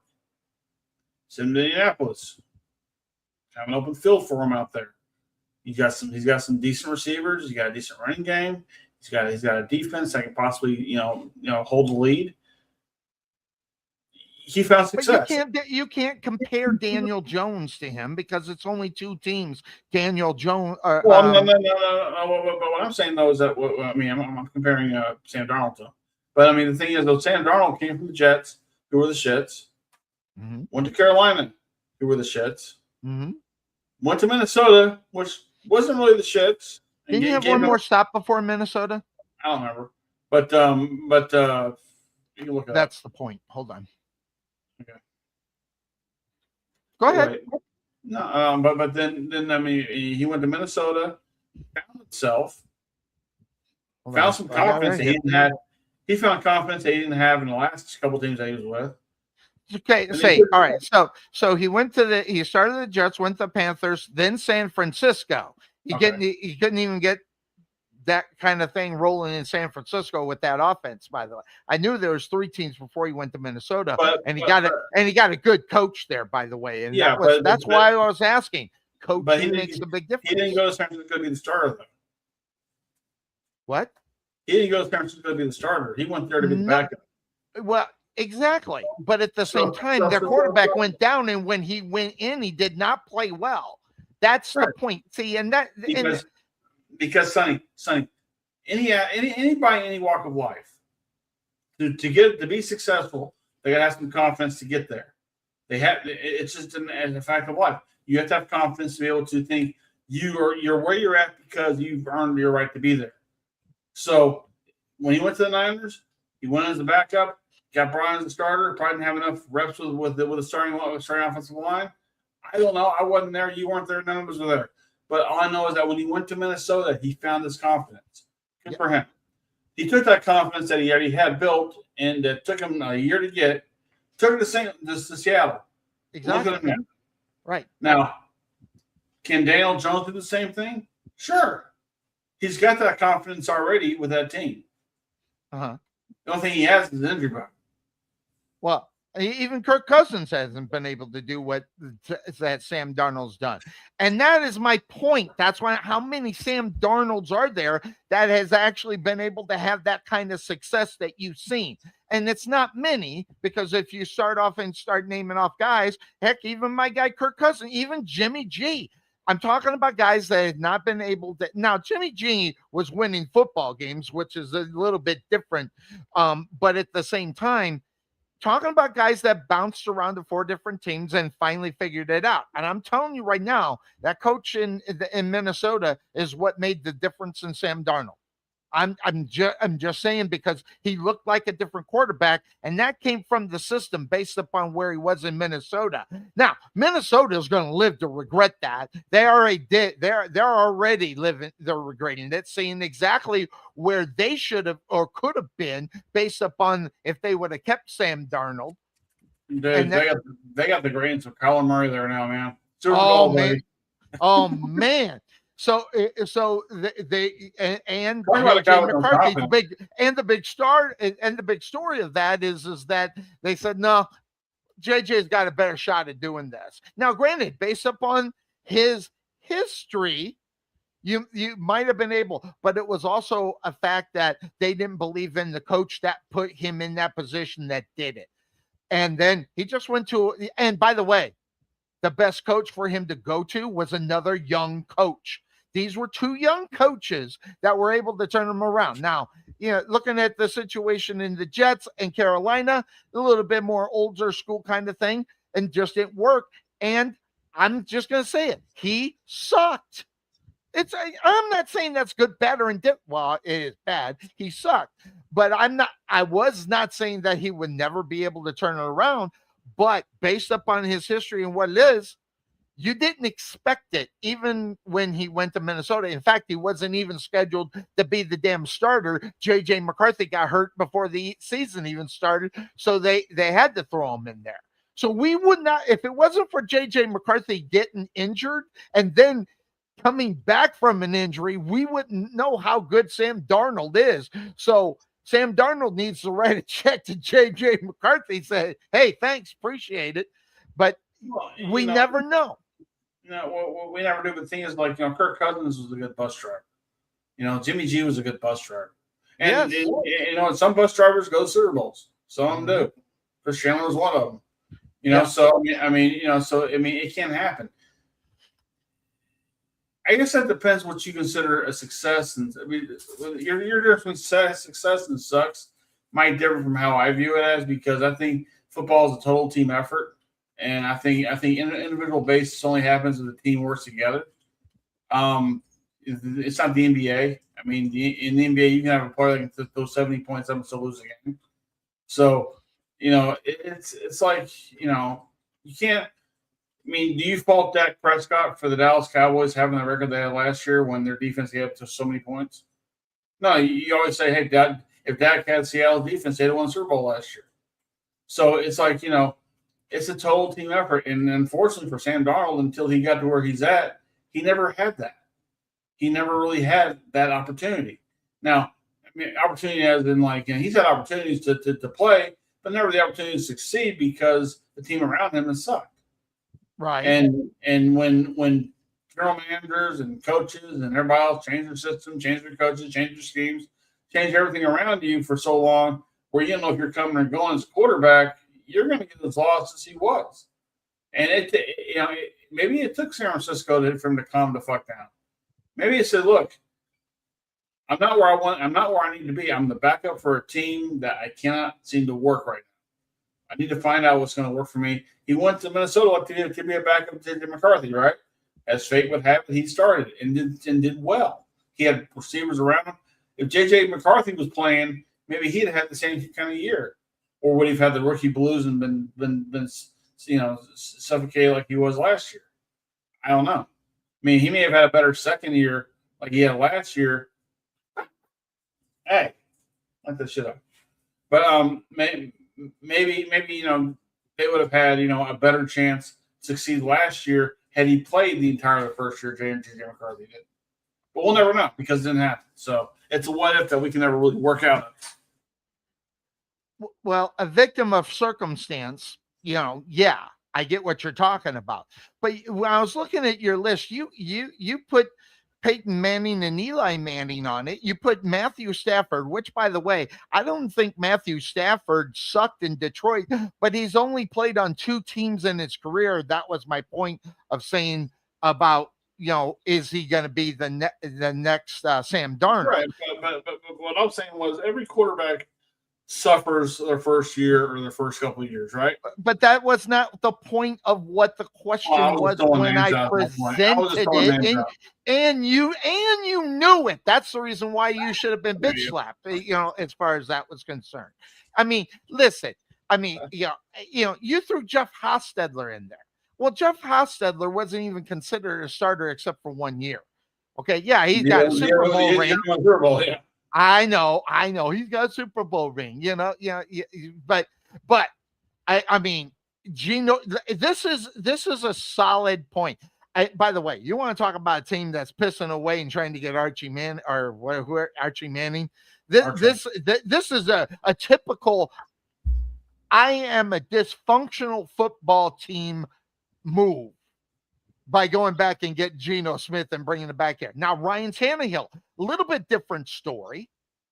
I never thought Ryan Tannehill really sucked. I thought he played well, based upon numbers and things of that sort. But Geno Smith, these are the guys, kind of like Geno Smith and Sam Darnold was another. Guys that bounce around. That's why I was asking really about guys that bounced around, not just from one team or two. Remember, Darnold hit 3 teams before he went to Minnesota, and he's played for 5. And he's only had success the last 2, which, by the way, tells you a lot about their coaching staff, which in turn, by the way, I think his name is Callahan up in Minnesota, head coach. Hold on. Head coach. Callahan? Is it Callahan? I don't know. Minnesota head. Minnesota. I got Kevin O'Connell. Kevin O'Connell. And by the way, great coach, perfect coach for him. If they could have found a coach that was like him, maybe we would be talking about Sam Darnold being one of the best guys ever. So, but I will tell you, what a turnaround in 2 years. The most winning quarterback in the NFL is Sam Darnold in the last 2 years. Now, you say that and you go, wait, Patrick Mahomes. Well, Patrick was injured, so the last 2 years, no. So you can go through. This guy's got the goods. Not only that, he's got a good contract now, and it's not anywhere near this big superstar money, but a pretty good contract for him to roll through, more money than he's ever made through his career. So you look at a Sam Darnold, and I would love to see more. That was basically what I was trying to. I would love to see more guys that have been bounced around than turn it around as much as a Sam Darnold was, because it makes the NFL a better product. And you can see and you go, well, what was going on in New York? What was going on in Carolina? Because then you question, did the guy really suck or was it coaching? He sucked because of the result of the team in Sam Darnold's case. But when you go Geno Smith, you go, he only had 2 good years, and that was up in Seattle. So, he never turned it around to get to where Sam Darnold, the NFC Championship game. So thank you for making my point. Appreciate you. No, but that was the question. See, you can make all these points, but it wasn't the question. And now, by the way, I'll give it to you. You are making good points, but that wasn't the question. Anyway, but that's totally different.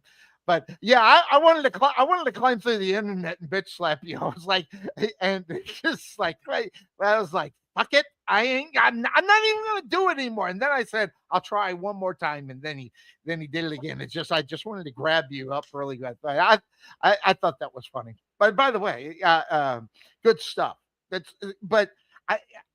How many Sam Darnolds are really out there? And I think he right now. Well, he's in a league of his own. Look, he hasn't had the chance to go from team to team, but what if Kyler Murray turns it around? I doubt he will. But what if he does? By the way, the internet is winning big time on Kyler Murray. I'm telling you, I sit and I see these memes that are out there, and I'm falling out of my chair. My favorite is when he lands in Minnesota and goes to get the rental car, and he can't stand. He's not as tall as the car, but they have one lower for him. That's my favorite. I just fell out.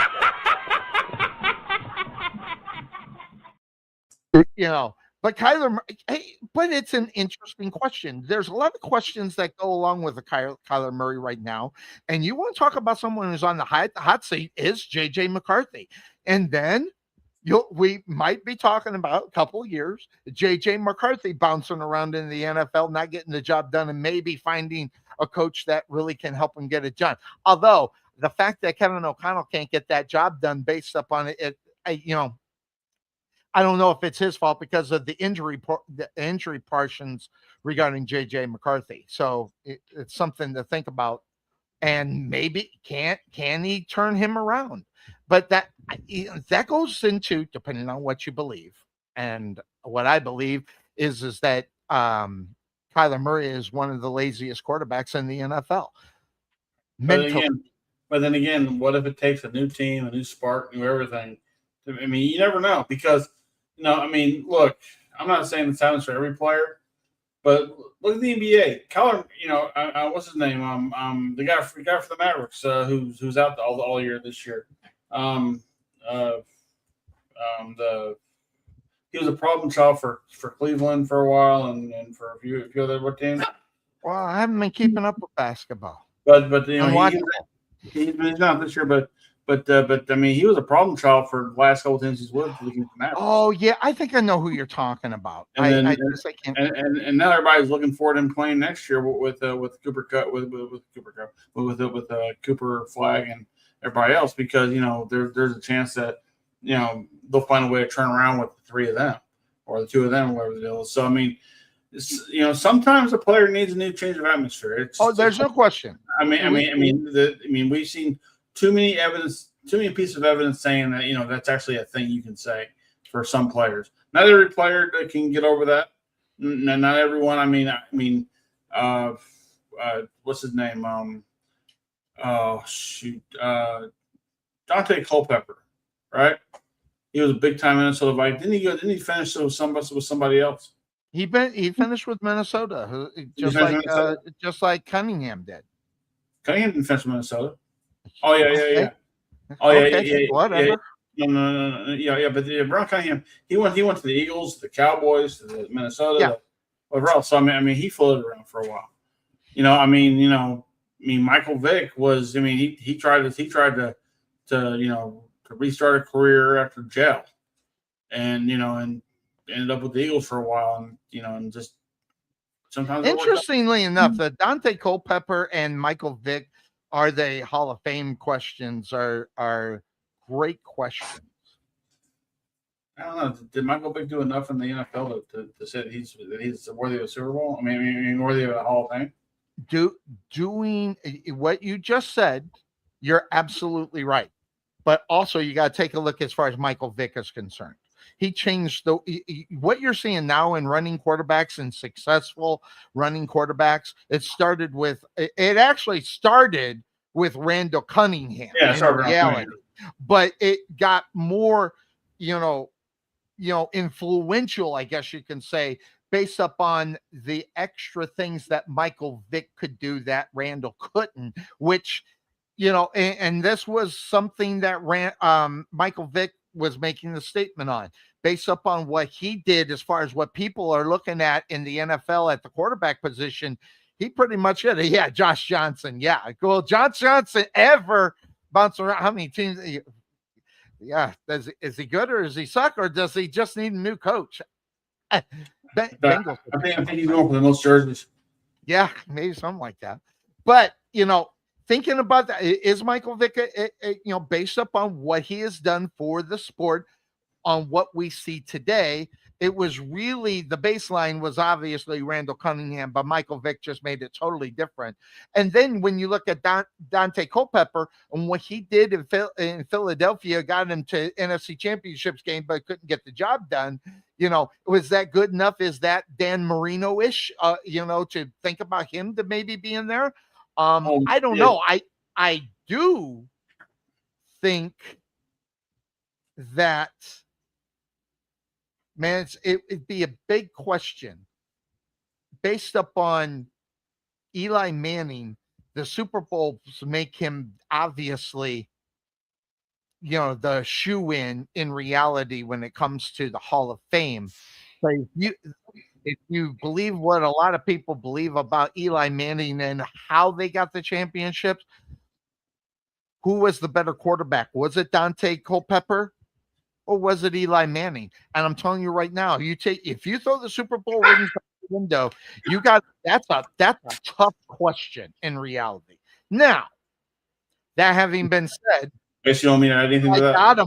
Eli got him to the Super Bowls, so that might be the difference maker in that. But man, that's close in reality. Based upon my memory, which is not great. Well, you compare Dante Culpepper to Dan Marino. Marino actually went to the Super Bowl though, so he does have that over. Now I don't know. Did Culpepper make it to a Super Bowl? I don't think he did. No. Marino made the Super Bowl 19 against the Niners. Right. But I don't think Culpepper did. I'm just saying he was just that good. Listen, Dante Culpepper was a damn good quarterback. But let me ask you a question. You take away Chris Carter and you take away Randy Moss from Dante Culpepper. I don't want to hear that shit. That's a cop-out argument. I've fans got to hear the same shit about you. That's like saying that's like saying that Joe Montana wasn't a good quarterback because he had Jerry Rice. Or even for that matter, Steve Young. That's just a cop-out. That's not a good argument. Right. But what I'm saying, though, is that, look, I get the Michael Vick conversation about how he changed the game for some things. Kind of how Bob Hayes changed the game for receivers. Good I point. get that. Yeah. But that was also back in when the league was still trying to figure out defenses. And also back in the time when the NFL was a boring game to watch because all running all the time. Yep. They ran through the ball. So when you get down to, if it comes down to numbers, Michael Vick does not go to the Hall of Fame. I agree. If it goes changing of the game, no. I don't think so. I mean, he's done about as much as hey, if he gets a Super Bowl ring, you got to consider him. Yeah, maybe. Huh? Maybe. I mean, it depends how tough you want to make the Hall of Fame. I mean, if you want to make like baseball, sure, it'd be really tough because not every champion gets to go to the Hall of Fame. Yeah, but Dante Culpepper was a great quarterback for what he could do. He was a great pocket passer too. He didn't run the ball a lot. Nope. So, but he didn't need to because he had guys wide open. So that's a hell of a feat to have there. So did he play long enough? Did he put up enough numbers? Did he do enough to get him in the Hall of Fame? They're going to look at the idea like, well, how many rings do you have? That's usually the way they start. How many championship chances did he have? Mm-hmm. And the argument is he had them every year. He just never got there. Yeah. But, I mean, it's a big whip. Look, Eli Manning not going in the first ballot. He'll go in eventually. But him not going in the first ballot, that just was pissed off the whole Eli people there because exactly. He's got 2 Super Bowl rings while he's not in it. Well, right. Didn't have numbers. Which tells you a lot about, you got the ring, but what was that all about? And it does throw into question about Eli Manning, as far as where he is in the Hall. Listen, okay, I'll even say this. No, I won't. I want to say if he had 1 Super Bowl ring, maybe he would. I think just based upon seeing, and that goes back to what you know who I'm talking about. When Randy Galloway said it, my first week rolled into Dallas when he said, "Watch the damn game." Mm-hmm. And that makes a big, big difference when you watch the damn game. You can look at numbers all day long, and Eli Manning is a shoo-in. Okay, but then you have to ask yourself the question when you're watching the damn game: how many empty yards were these? Coming back from all these kind of things. But you know what those things think about though. What is the mindset of the opposing team when they have? Shut up, guys. Shut up. Mindset. What is the mindset of the opposing fans when they know? Okay, Dante Culpepper's coming to town with Randy Moss and Chris Carter. Okay, what's the mindset like when Eli Manning comes down with the Giants? I mean, what brings more fear to you? To me, it would be Dante Culpepper and Randy Moss and Chris Carter, because Well, they might have the offense to outgun you. Do you have the offense enough to try to bounce back? That's the big question. The Giants always left you kind of sitting there going, you might have a chance. I mean, it's just Eli. You know, he might get a couple touchdowns, but you know what? If we score more than he does, we'll win. Who cares?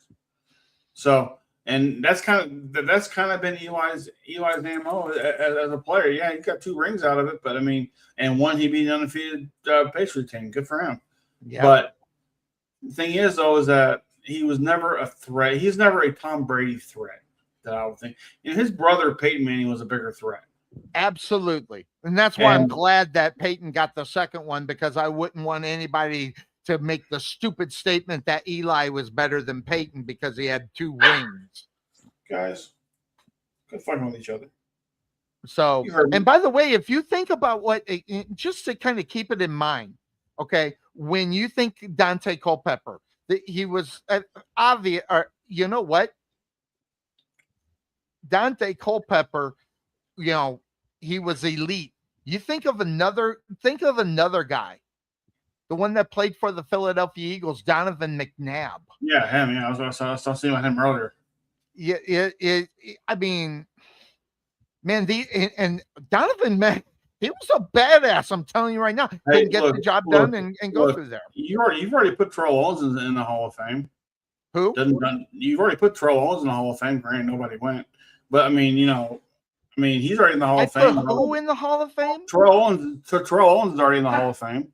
Absolutely. And so why not put Don McNabb in there? Well, there's a difference.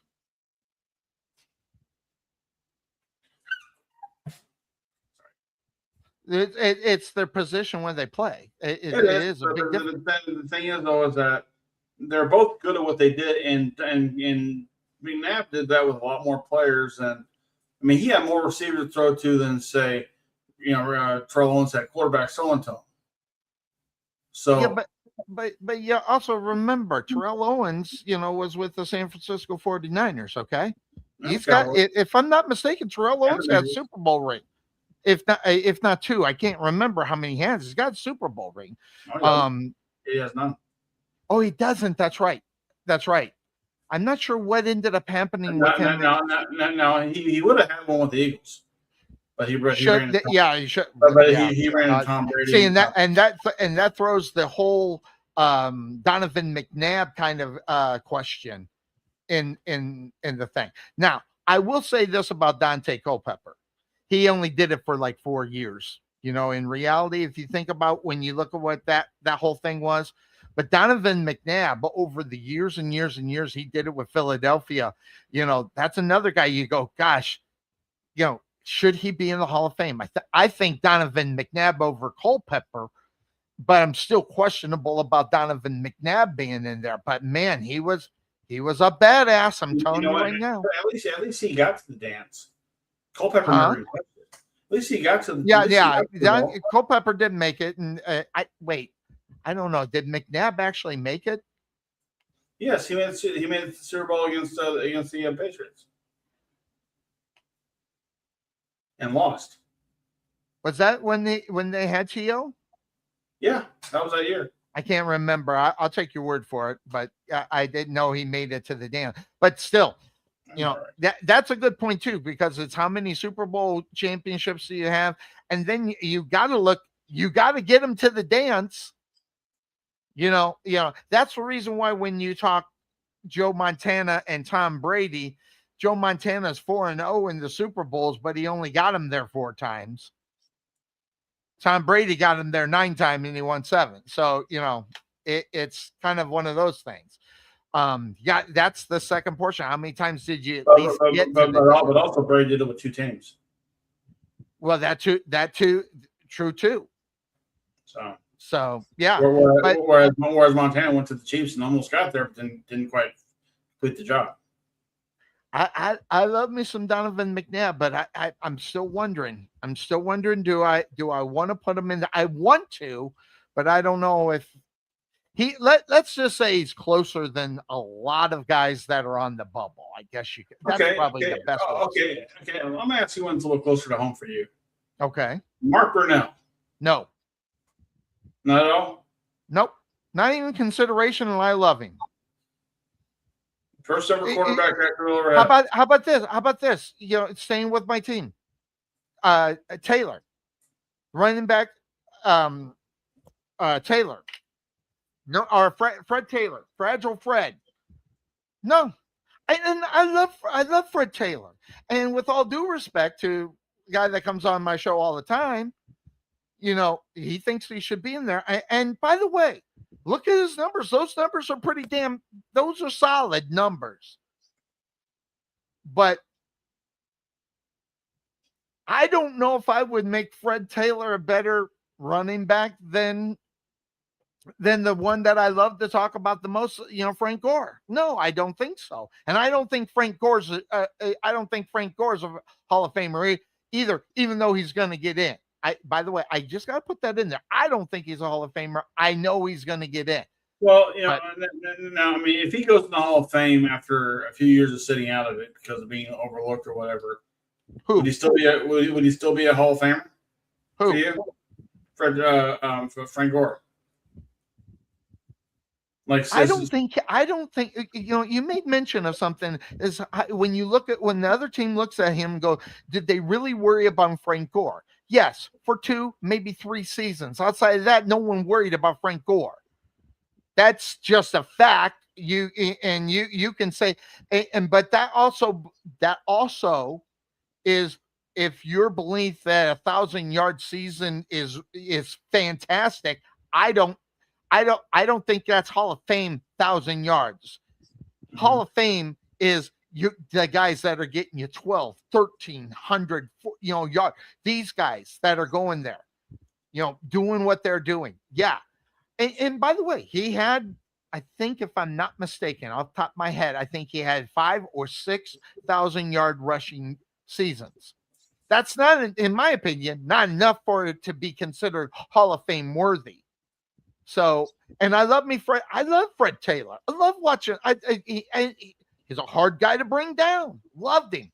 It's just not Hall of Fame there. Now, Jimmy Smith, on the other hand, that guy's a Hall of Famer. He's just had some, you know, bad, you know, drug problems that's keeping him out.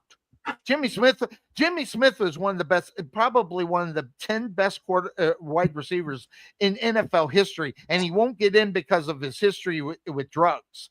So it's just one of those. If they put Michael Irvin in, they can put Jimmy Smith in eventually. That's if they get off. Hey, if they can get over. But then, guys, shut the fuck up. Hey, it's like you're talking to me. You sure you're not going to name one of them, Sonny? Hey, I don't bark during your show. But I mean, here's the knock on Jimmy Smith. As a receiver, how many rings do you have?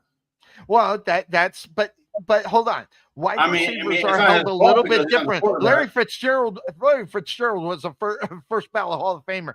At least he went to the Super Bowl, but doesn't have a ring. But many years with nobody throwing him the football. Yeah, in reality, if you think about it. But he was also the face of that team for a long time. Well, hold on. Being the face of the Arizona Cardinals is not like being the face of the Dallas Cowboys. Okay, no, it's two different organizations. But yes, but the thing is, though, is that if he's significant with the team, because when they think of the Cardinals, they're thinking about him. That still resonates for some people. Yeah, especially when you're a Pro Football Hall of Fame voter. Because again, remember, this is all about what they think. This is not what we think. Because we're not voting. No, the voters loved Larry Fitzgerald because he was a class act. Terrell Owens got turned away because he wasn't. He got Terrell got in though. Terrell did get in though eventually. He should have been a first ballot Hall of Famer, but he ended up being a third-year Hall of Famer because of that bullshit. And not only that, I love the protests. He said, "Screw it, I'm not going to Canton. I'll go to my college, Chattanooga, and I'll accept it there." I love that move. By the way, that was a hey, screw you move, and I like that. I like that kind of thing. But yeah, I so want to put that Donovan McNabb in. I so do, but I can't get to that point. Well, you think about it. When he goes in the Hall of Fame, we're talking about Andy Reid. He goes in as part Eagle, part Chief. He goes in mostly for the Chiefs, but he helped turn that won Eagle more team championships with the Chiefs. right. But he helped turn that Eagle team around and made them a force in the NFC East. Absolutely. So, and he did that with Don McNabb at the helm. Now, is Andy Reid a first ballot Hall of Famer? Oh, definitely. Oh, yeah, and you turn it around, we can't give it to Bill Belichick. It's just so weird because Andy Reid will talk to listen, he was a class act. Andy Reid's a class act. Yeah, you look at the other side, Bill Belichick, not really a class act. I didn't see Andy Reid skip out in the NFL and go, I'm going to go coach college now because my girlfriend's going to go there. Well, that's another thing. Yeah. I'm sorry. I have nightmares about him holding her up on his feet. I have nightmares about that. Do you think Bill Belichick could have weathered the Taylor Swift storm that blew through Kansas City? No. Not at all. Not at all. One man did that. One guy. It's like one guy. It's amazing. You can look that way and get that kind of girl, and it's all about the green in your pocket more so than, well, forget it. I won't go that length. I was about ready. If he's got green in his pocket, we don't need to talk about him. So hey, and listen, and Andy Reid ain't isn't a very pretty guy either. But he's been married forever, so there you go. But anyway, how you see left turns of this show? This one happened how we had other people on here. Yeah, it's just like, no kidding. Well, no, it does sometimes, depending on what we're talking about. It can go to the left field. If we had Obi on here, like, guys, I got to go in a minute here. Can we talk about this real quick? Okay. Yeah, something like that. Oh, yeah, we got to keep. Yeah, if we can keep them on for long enough, but. No, I've loaded it up. I mean, I got information to talk about. It's just that when we go left field, Lord knows where we go. So let's go back. We just back this up just a little bit and talk about.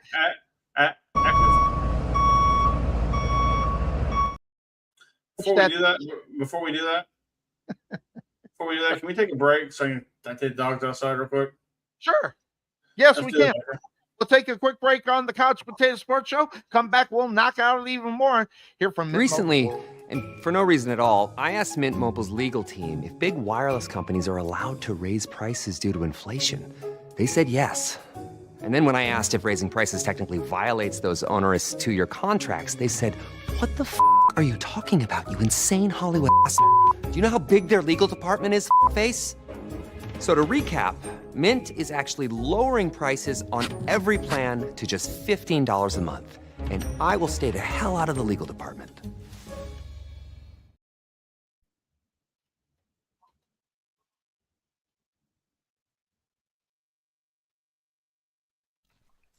At Wesson General Contracting Incorporated, we're your one-stop shop for all your general contracting needs. We are locally owned and with over 20 years of experience, so roofing, gutters, sidings, fence staining, painting, foundation problems, or roof damage are no problems at all. Give us a call at 214-200-5588. That's 214-200-5588.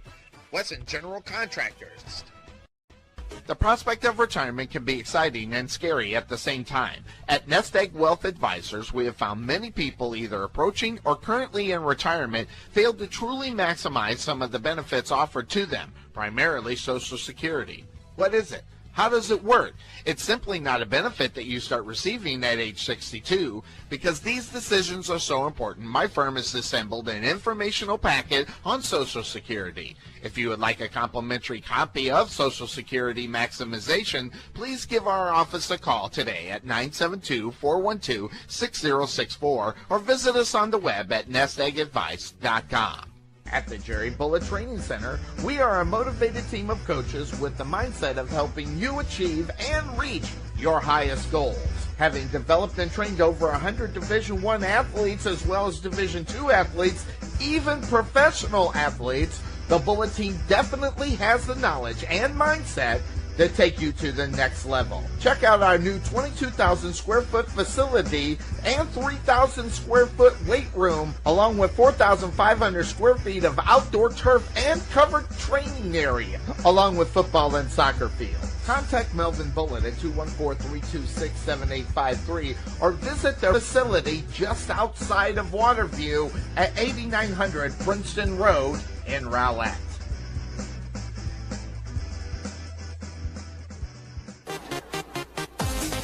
Being taken for a ride? Check out Casso Insurance, serving Texans since 1981. Bundle your home, auto, or business insurance and save a ton. Casso Insurance on the corner of Main Street and Rowlett Road, where we make insurance fun. Or check us out on the web at CassoInsurance.com, where we always have the coffee pot on. Yeah, but is it fresh?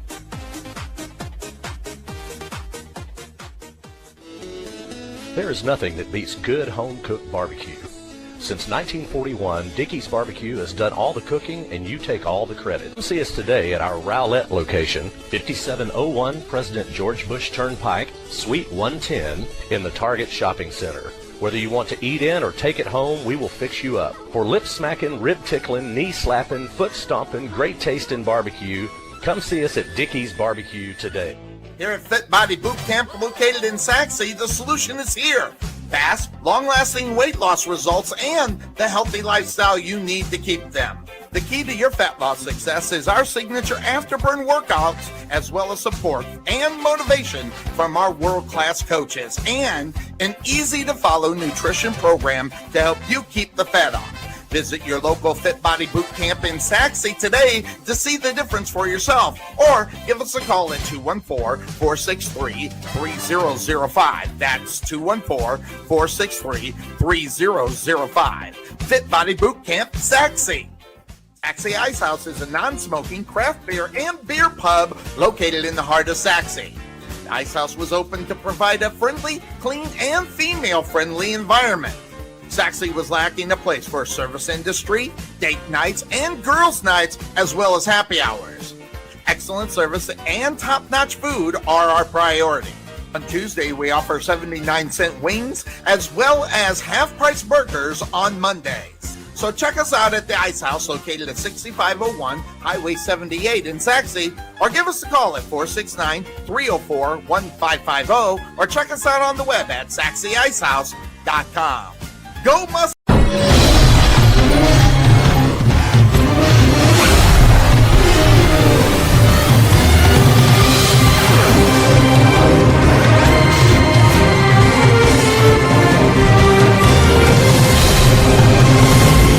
All right, welcome back into the Couch Potato Sports Show. It is me, Sonny Clark, along with the Podfather here on the Couch Potato Sports Show. We are back. Are they? Have you calmed them animals down yet? Or It's weird because like Paul wants to play with her and she was barking at him, and she's a little yipper. So they're worse than kids. As soon as you get on the show, they start talking to you. Right. So it's amazing. Yeah, you gotta love them. That's what happens when you're an animal owner. That's what happens. So, anyway, it's sad because I had sausage in my arms. I was petting her, and you can feel her backbone. That's how skinny she is. And she has this big old tennis ball of a cancer thing in her stomach that's kind of just sitting there. And so I have to pick her up, take her outside, and then I'm picking her up. Poe's sitting there begging, like I want to feed him the dog. I'm like, no, I'm doing that. Hey, a little hungry. What can you say? Well, he got a treat. He can go eat. There you go. By the way, he's probably food and dog food is not cheap. By the way, it used to be able to feed your animals, but damn, it's getting a little out of control. And that thing is it costs that much more in gas to go to your place and do it. So yeah, there you go. All right, interesting thing in the news this week. And I just got one question about it. What did a car ever do to Tiger Woods? I mean, Jesus Christ. I have never seen a guy that, has been in the news media and everything else. And by the way, this came out like 2 days later after this happened. They got those shirts made really quick, by the way. You gotta love the internet. First of all, you gotta love the internet. And second of all, holy cow, how do you get shirts that quick? I mean, but Tiger Woods, He was supposed to go back to the Masters, and if you believe Donald Trump, he's not going to be part of it. I guess, and I didn't know. I didn't know the president was his publicist, but okay. Well, I didn't know that Tiger was dating Trump's daughter or something like that. Another one of the daughters or something. Unless that's a meme and I fell for it, which It could be a meme. yeah, but check that out while we're talking about. But I don't.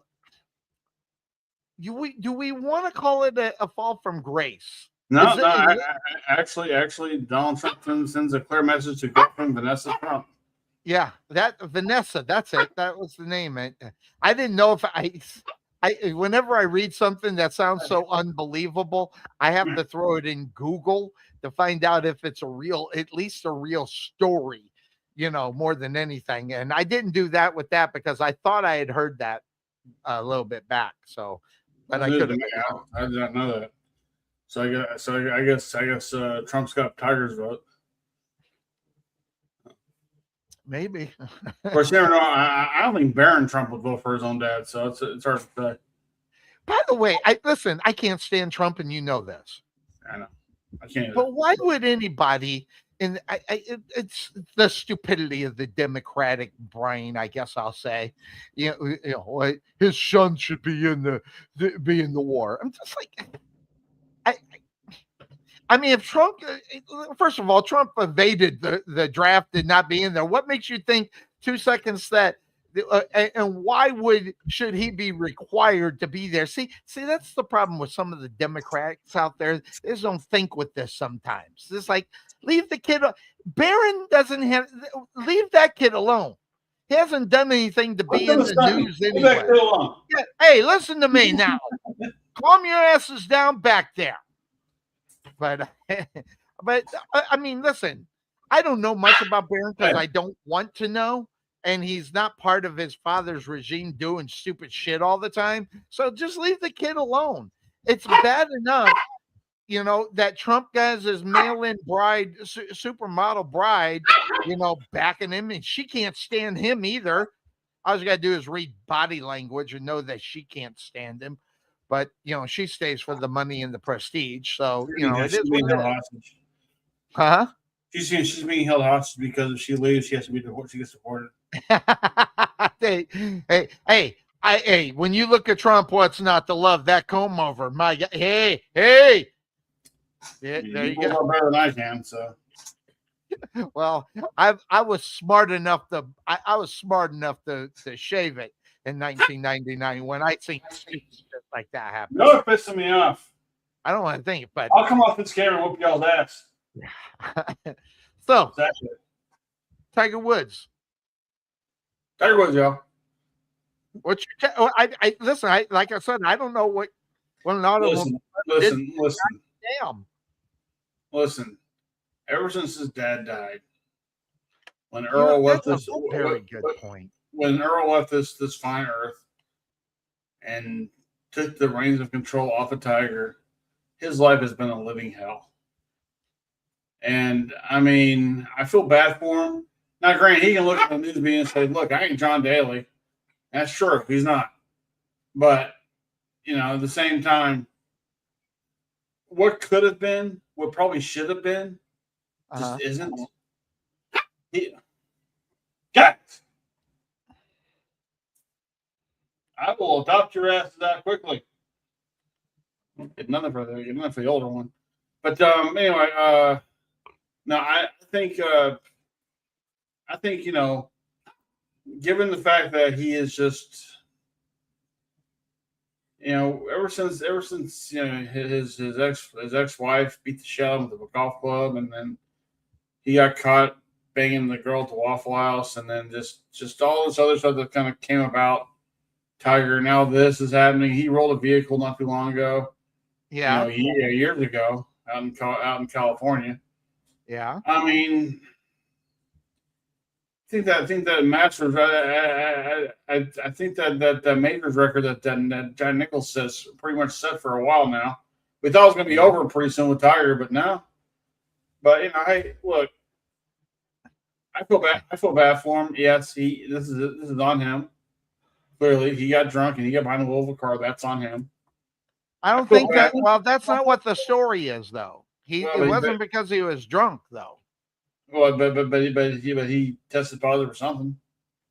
Well, something that made him a DUI. And whether it was illegal drugs or see, this is what I'm gonna say. You know, and it's pretty sad state of affairs in today's world, right? Because of the fact that when you look at where this happened, how many years ago did this happen? When he, kind of did the same thing, rolled up and everything. 3 or 4 years ago. No, I think it was even more than that. It was Maybe before 6. we met. I think it was before we met, wasn't it? Maybe.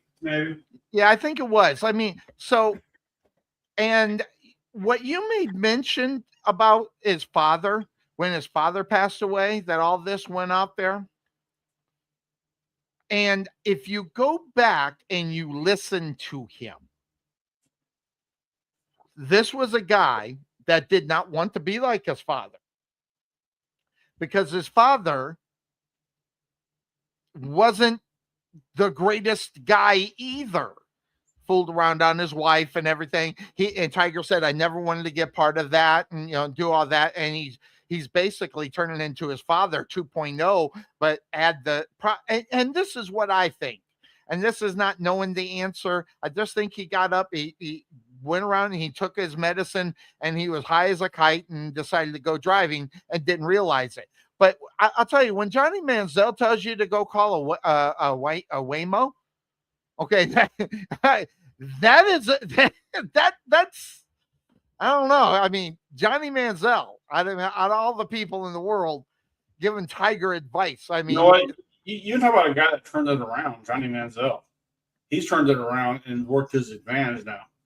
I mean, he doesn't have the spotlight of being the NFL quarterback anymore. Little A&M, Heisman Trophy runner-up, or actually he won that year, didn't he? So, the thing is that he's turned it around. Tiger Woods can turn this around, but does he want to? That's the big question. I mean, does he have enough to? I mean, is he beat up enough mentally, if not physically? Well, no, physically, he's all gone to shit. But I mean, he's still, he's still Tiger Woods. He's still the brand itself. Remember, a lot of people left him. Huh? It's soiled. The brand is soiled. It is. But the thing is, Nike bailed on him. You got, all the Jordan sponsors that had Jordan back in the day, they bailed. Upper Deck and all them. They look at Tiger and go, yeah, we don't want you to be showcasing our shit anymore. And right. that sucks for Tiger because, maybe he's unknowingly doing this because sometimes when your anchor falls from you, you just kind of drift off the sea and not know where you're going to go. And that's kind of where he's at right now. And he can go the John Daly way, drink himself to oblivion, or he can sober up and just, and go the Ernie Els way and just kind of like, hey, look, I'll be on the seniors tour. I'll be doing my thing. But, at the end of the day, I'm Tiger Woods. I built a career of being successful for so long, had a dip period, and it happens. It happens in all sports. I think he bought his ex-wife an island with all the money that he had. Right. That's one way to get rid of it. Yeah, it's a good way to live. Yeah. The bad thing is though, this guy is rich enough. Okay, forget about Waymo or Uber. Okay, this guy has enough money to have a driver. So, and what needs to happen for Tiger's sake is they need to revoke his license is what they need to do and force him to have a driver. Now, granted, that takes a lot of privacy away from whatever the hell he does, which I don't care what he does, but that's what needs to happen to a guy like him. And it should have happened last time. They should have revoked his license for a good amount of time to make him hire that guy, the driver, and then he's used to it by then before this ends up happening. Now, the good thing, no one was hurt. Thank goodness. He just clipped the car. He'll buy someone a new car. Everything's fine. That part. With that thing being rolled up, so he can get hurt. Right. Exactly. So, but he needs to do something about himself. And that's where the problem is that either A, he didn't know what he was doing or know that he was high enough to be driving. So parts of me wants to be on Tiger's side because of I know what those meds do to people. And if it's on the abuse side of it, of course, you hate that idea. But if it's just a guy who was walking around one day and his head took his meds and the guy in the car probably had no business, didn't know about it, that's the only way I'm going to feel bad for Tiger. We'll never know that, by the way, because this isn't going to see a courtroom. He's going to do everything he needs to do to pay the fines to get it to go away. So nothing is going to happen. So when you got that much money to have that part of your lifestyle to where no one knows really what was going on, what happened years ago was all in when someone else was involved, his wife, girlfriend, and everything else, which blew the story up.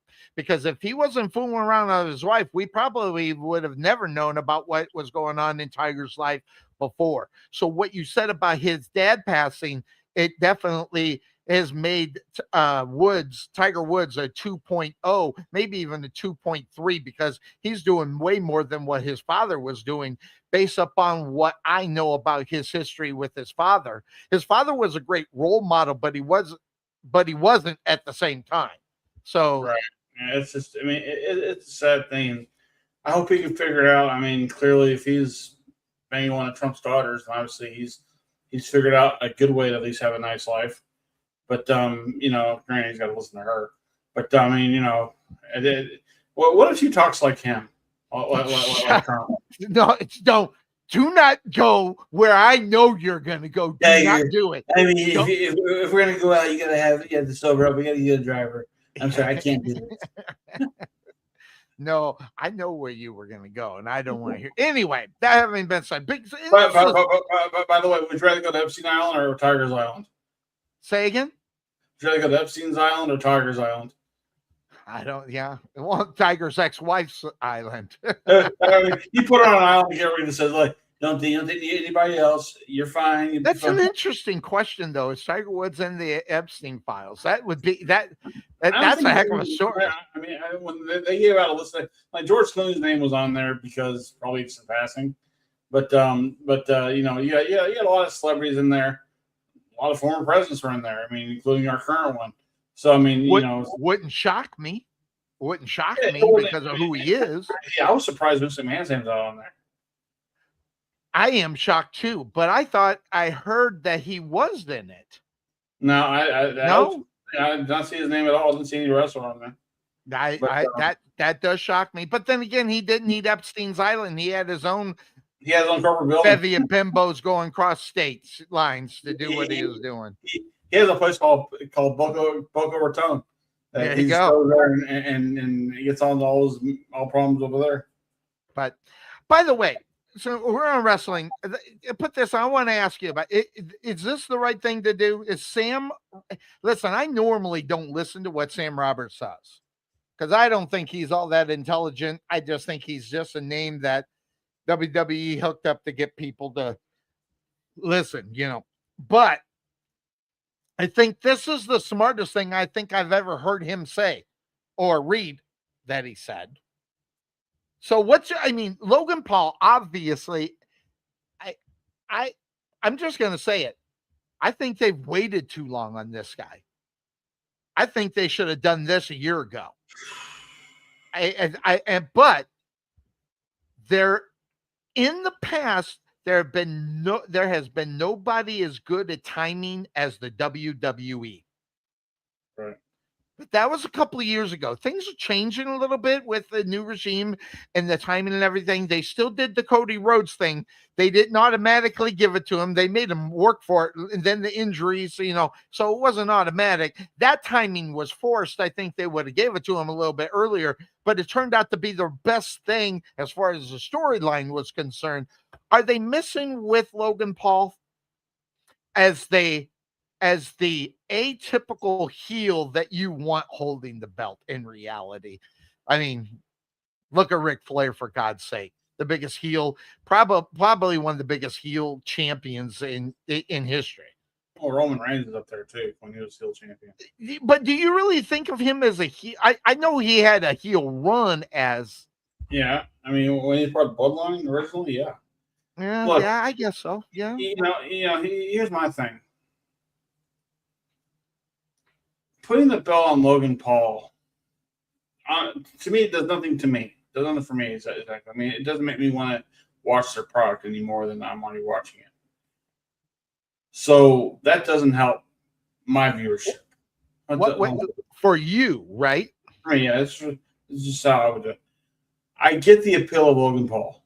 He's on that. He's not fan. I can't stand this guy. He's on the Fanatic flag football team for Team USA. He's talking jabbering Tom Brady back and forth. He's doing enough to get his name out there, and I get that.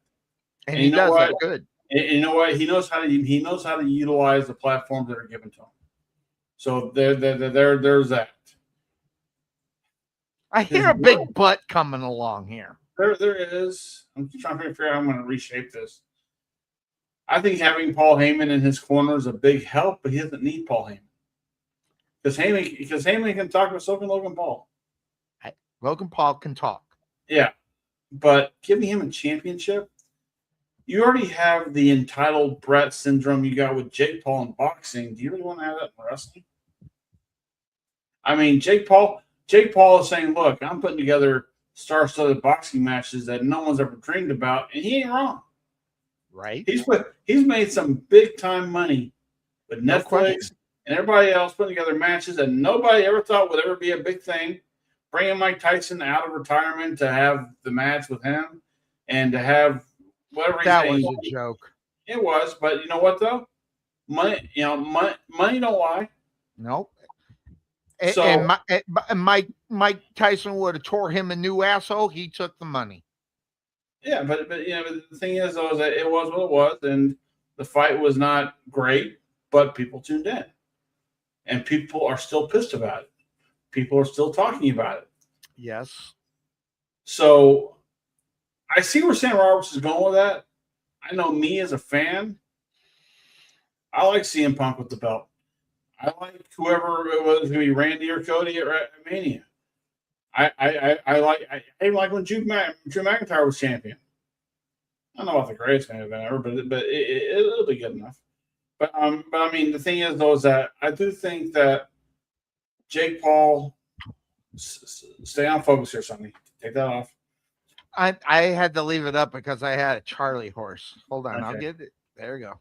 Okay, but no, I really do think that Jake Paul as champion, maybe that time did pass by, but that time was never ready when he was ready for him to get it because he wasn't ready. He wasn't. I agree. It's really interesting.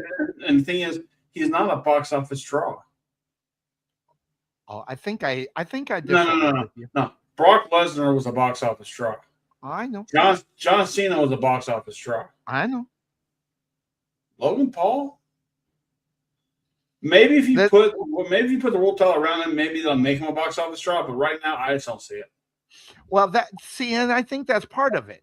And what you were talking about with everything he does gets eyes on it. Him being as a champion, listen, him being in the WWE has drawn more eyes. I'm not even going to doubt that. But I think so. I do. But if you put a belt on it, at least put a belt on him, I think it keeps people coming in reality. But they put a belt on him not too long ago. They put the US I know, and then they took it off, and I never have understood why that happened so fast. However, but you're talking about look at what they've done. And by the way, you and I, well, probably more me than you. I bashed Dom's being, how they handled that at the beginning. But when you go back and look at it, it was masterful about how they got Dominic Mysterio doing what he is doing. Now, granted, did it take a heel turn against his daddy, Hall of Famer? Yes. It took time. But the timing of it, when it happened, he was getting better at his wrestling technique. and then all see is you are not cutting this dog's toenails on my show. Yeah. Well, hold on. So that being said, of course, that's the name of this show. I look at it and I see what they done with Dominic Mysterio and the timing of what and how they did it. They didn't just do this in a year or two. The Dominic Mysterio, you got to go back. You got to go back. We haven't been calling wrestling matches for 3 years. See, real quickly, guys. This is what happens when your dog is getting sick. They get this big ass ball right here. Yeah, that's too bad. Poor baby. Yeah, and it goes to her glance too, right there, right to her back. But okay, I'm putting her down. Yeah, do me a favor. Let's not cut the dog's toenails on my show. I mean, listen, if you want to have your own YouTube channel on how to cut your dog's toenails, you go ahead. Just if I did that and I made money, would you? Yeah, big money. But anyway, back to what they're doing with Dom is great, and the good thing also with Dom is that they're not keeping the belt on him an awful long time in reality too, which gives them an opportunity to go back and win it as well. So, well, they have that other belt on now, though. Well, he had at one point that one in Triple Yeah, A, which by the way, guys, if you liked back in the day when you go to WCW Nitro's first match, which by the way I never missed because it was usually one of the best matches of the night as far as technique and that kind of stuff. Go watch you some Lucha Triple A. It's on YouTube. It's something you can see for free. So go check that out. It's actually a really good show. And we'll see more superstars out of it. So I want to ask you one more question as well. Mm-hmm. Are they pushing the newbies too much too fast? No. Because we're seeing a lot of newbies going on there, guys. I vaguely remember because I watch NXT. I don't watch it religiously, but I watch it enough to know kind of who these guys are. But man, they're getting a lot of guys out of NXT right now are getting a big push. Now, granted, we're seeing what's going on with Brock Lesnar and that gigantic dude. What's his name? Femi. Yeah, Femi. I'm looking forward to that. I am too. And by the way, why are you looking forward to it? Because Femi is a freaking star. He is. I mean, they got that one right. I think that's my point. They got that one right. I mean, when he comes from behind the curtain, and he's got that strut going, move the arms back and forth. Now he's talking to his opponent, right? He wasn't doing this in NXT. Now he's talking down to his opponent. Saying, I'm going to kill you. I'm going to kick your ass. It's perfect because he personifies what the next big thing should be. That's the reason why he's going up against Lesnar, and they're doing it right. Next big thing, yeah. So absolutely. And I think Lesnar, being the pro that he is, and he's being nothing but a pro, absolutely getting buried by him. If I'm booking that match between Brock and Umba, yeah, I have Umba run through Brock Lesnar, never let Lesnar get one bit of offense. So then you create this illusion. He just beat the guy that defeated The Undertaker at WrestleMania. He defeated the guy that destroyed John Cena in his retirement run. He defeated the guy that was the next big thing 20-something years ago. Oh, my God. We have this guy for the next however many years. Look out. You created that aura on him. Now, if he goes in there and they let Lesnar beat him, then there goes all that. Okay? Well, that just all depends on how they do that, though. Well, but if they have it be a 50-50 match, it's going to, you know what? That's not what that match needs to be. That match needs to be Umba running right through Brock and saying, motherfuckers, I am here. This is my show. This is my brand. I don't care what you put me on Raw, put me on SmackDown. I don't care. I'm representing this company, and I'll be world champion before you know it. And you know, let your Cody Rhodes and your CM Punks and your Randy Ortons and whoever else deal with me. Because I just went through Brock Lesnar. That's what they need to do with him. And Brock Lesnar is Brock Lesnar is the perfect candidate to do that too, because A, he is a thing from the past. B, his aura at WrestleMania grew when he beat The Undertaker, albeit probably should have happened. But he's also a former world champion. Once Uber runs to a former world champion, God knows what he's going to go through next. Now, I do think this will open the door for Paul Heyman to step in and manage Uma Femby to be a big time heel. Because Heyman's always got his eye on the next big thing. And he's always got his eye on the next big wave that's gonna book you towards next year's WrestleMania.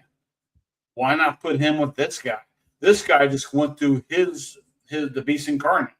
Why not? He knows how to turn heel up against his guy too. He's did it twice in one night. Right. So why not? I mean, I'm not saying turn him heel that night. I'm saying let him go to Monday Night Raw. Let him celebrate the win, and then here comes Paul saying, "You need me," and then maybe let that. Would y'all stop? Jesus Christ! You're pissing me the fuck off. But let it fester for a good long time, at least until SummerSlam. Give it 3 or 4 months, and then from there, you turn him heel. You make him get him a run for the title around Survivor Series, Royal Rumble. Dude, you go into Saudi Arabia with him as your champion, unbeatable as he is. If they go to Saudi next year, dude, why not? That guy's printing money right now. Like WWE's been doing, they're printing money with their product. They can print tons of money with that guy, and that guy. Well, that's masterful creative, though, in reality, which takes a lot of input from Brock on how it's doing. I was watching the thing. He's saying when he slammed, he said, "Put your foot on my chest." I saw that little thing, and boy, and that just goes to show what a pro he is in reality, recognizing that. I don't think he had that in his mind, but he realized, he heard the noise. He was like, "Do this." And it was, by the way, that was one of the best segments that Raw has had on for a very long time, because Raw is commercial rolled big time. Well, I will say this, though. Had Uma put his foot on Brock without Brock telling him to, that'd piss Brock off. I think Brock had to give him that seal approval. Do it. Do you think so? Or so. Do you think he would have been proud of him recognizing the fact that he needed to do it? No, I think Brock needs to be the guy that passes that torch to him. Gotcha. In a way that is, do it. This is the time to do it. Next week we come out and do the same thing. Stop it. That's what I hate about having 2 dogs. But time out. Hold on a second, guys. It's parenting 101 here. Gosh. Hold on a second. This little shit. You can stop fucking with her. I'm gonna start fucking with you. You don't want that, okay? He ain't gonna listen. No, but when you laid him down, I heard him. He's like, fuck you. Fuck you, and fleas are on me. No, look, I think this is a passing of the torch. It's being done correctly right now, and the best way to do it correctly is, if you want to have Brock go in there and hit him with an F5 and he kick out immediately and destroy Brock, fine. But I think that's the only way I believe it. Yeah. Interesting that you say that, because I was thinking the same thing. That he has to F5 him, and he's got to get right back up like nothing, in order for that to be as big as I think. And by the way, that has to be at WrestleMania on the F5. If they do it before then, like on Raw or wherever they do it, I think they're on Raw. It won't have that much of an impact. If they do it and do it that route, that's got to be done in Mania. It's got to be that big. I hate to say this, it reminds me of when the Warrior came back. I agree. Yes. And his opponent was Triple H, and Triple H immediately hit him with the pedigree, and Warrior kicked out, and that made Hunter go, "Holy shit, that's never happened." That's a holy shit moment that would, I think, if they do it right, that'd be a holy shit moment that would live for a very long time because of who Brock Lesnar is. Obviously, look what happened. People still haven't forgot about what Brock Lesnar did to Undertaker in the Superdome. but like unlike Undertaker going over, or I'm sorry, for Brock going over Undertaker, where it really wasn't needed. This is needed for Oba. This is really because if you're going to push him to be the big star that he's going to be, I think you can't 50-50 him. You have to make him dominant. You have to make him the attraction. You have to make him the reason people are paying their hard-earned dollars to see this guy destroy people or see this guy finally lose. One or the other. This is where writing and the person involved with it, they've got to really work together for that, because the foot on Lesnar was all Lesnar. That wasn't planned. I believe that. I for whatever it's worth, I don't believe even creative seen that coming and how that was going to work. If you watch Oba's eyes, he looks down and Lesnar says, "Put your foot on me." He has that brief second. He's like, "Really?" Yeah. I mean, and like just that little bitty thing is like, wow, that's huge. Something that tiny, that little small. Recognizing it. That's what and I heard his interview with Stephanie McMahon not too long ago. Oba's. He's a very well-spoken person. I mean, he comes from really, really humble backgrounds from being over in Nigeria, but he knows this is what he's meant to be.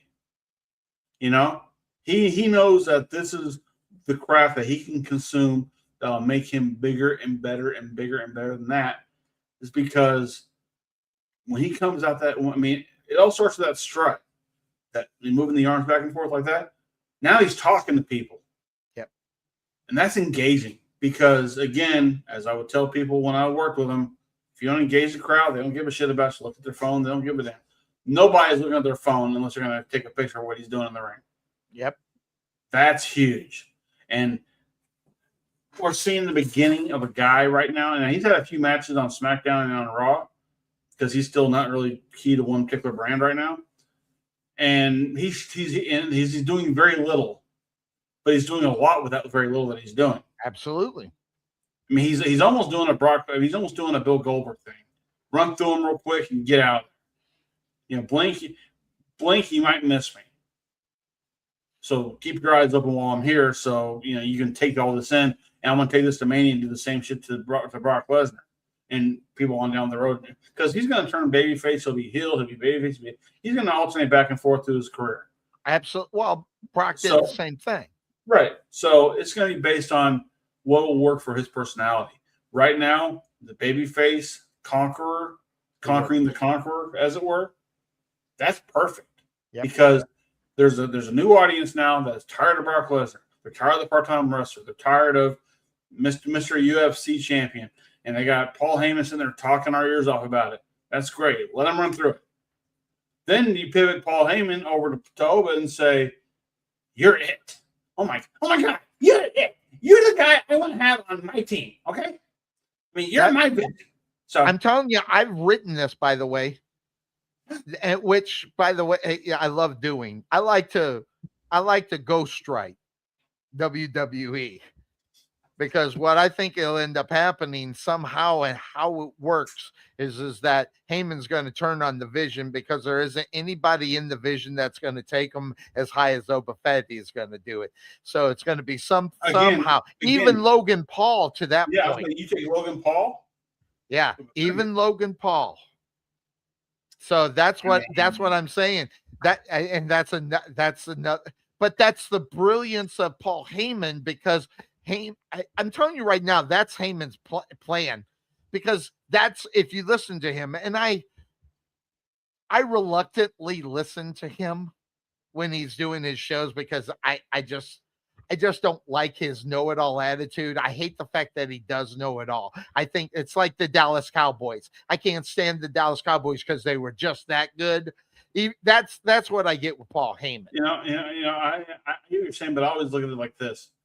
Is he wrong? No, that's not the. Yes, I know, but that were the Dallas Cowboys the best team in the NFL? Yes. When you have enough skins on the wall, you have enough skins on the wall to sit there and talk shit all you want to. Yep. You might as well go ahead and listen.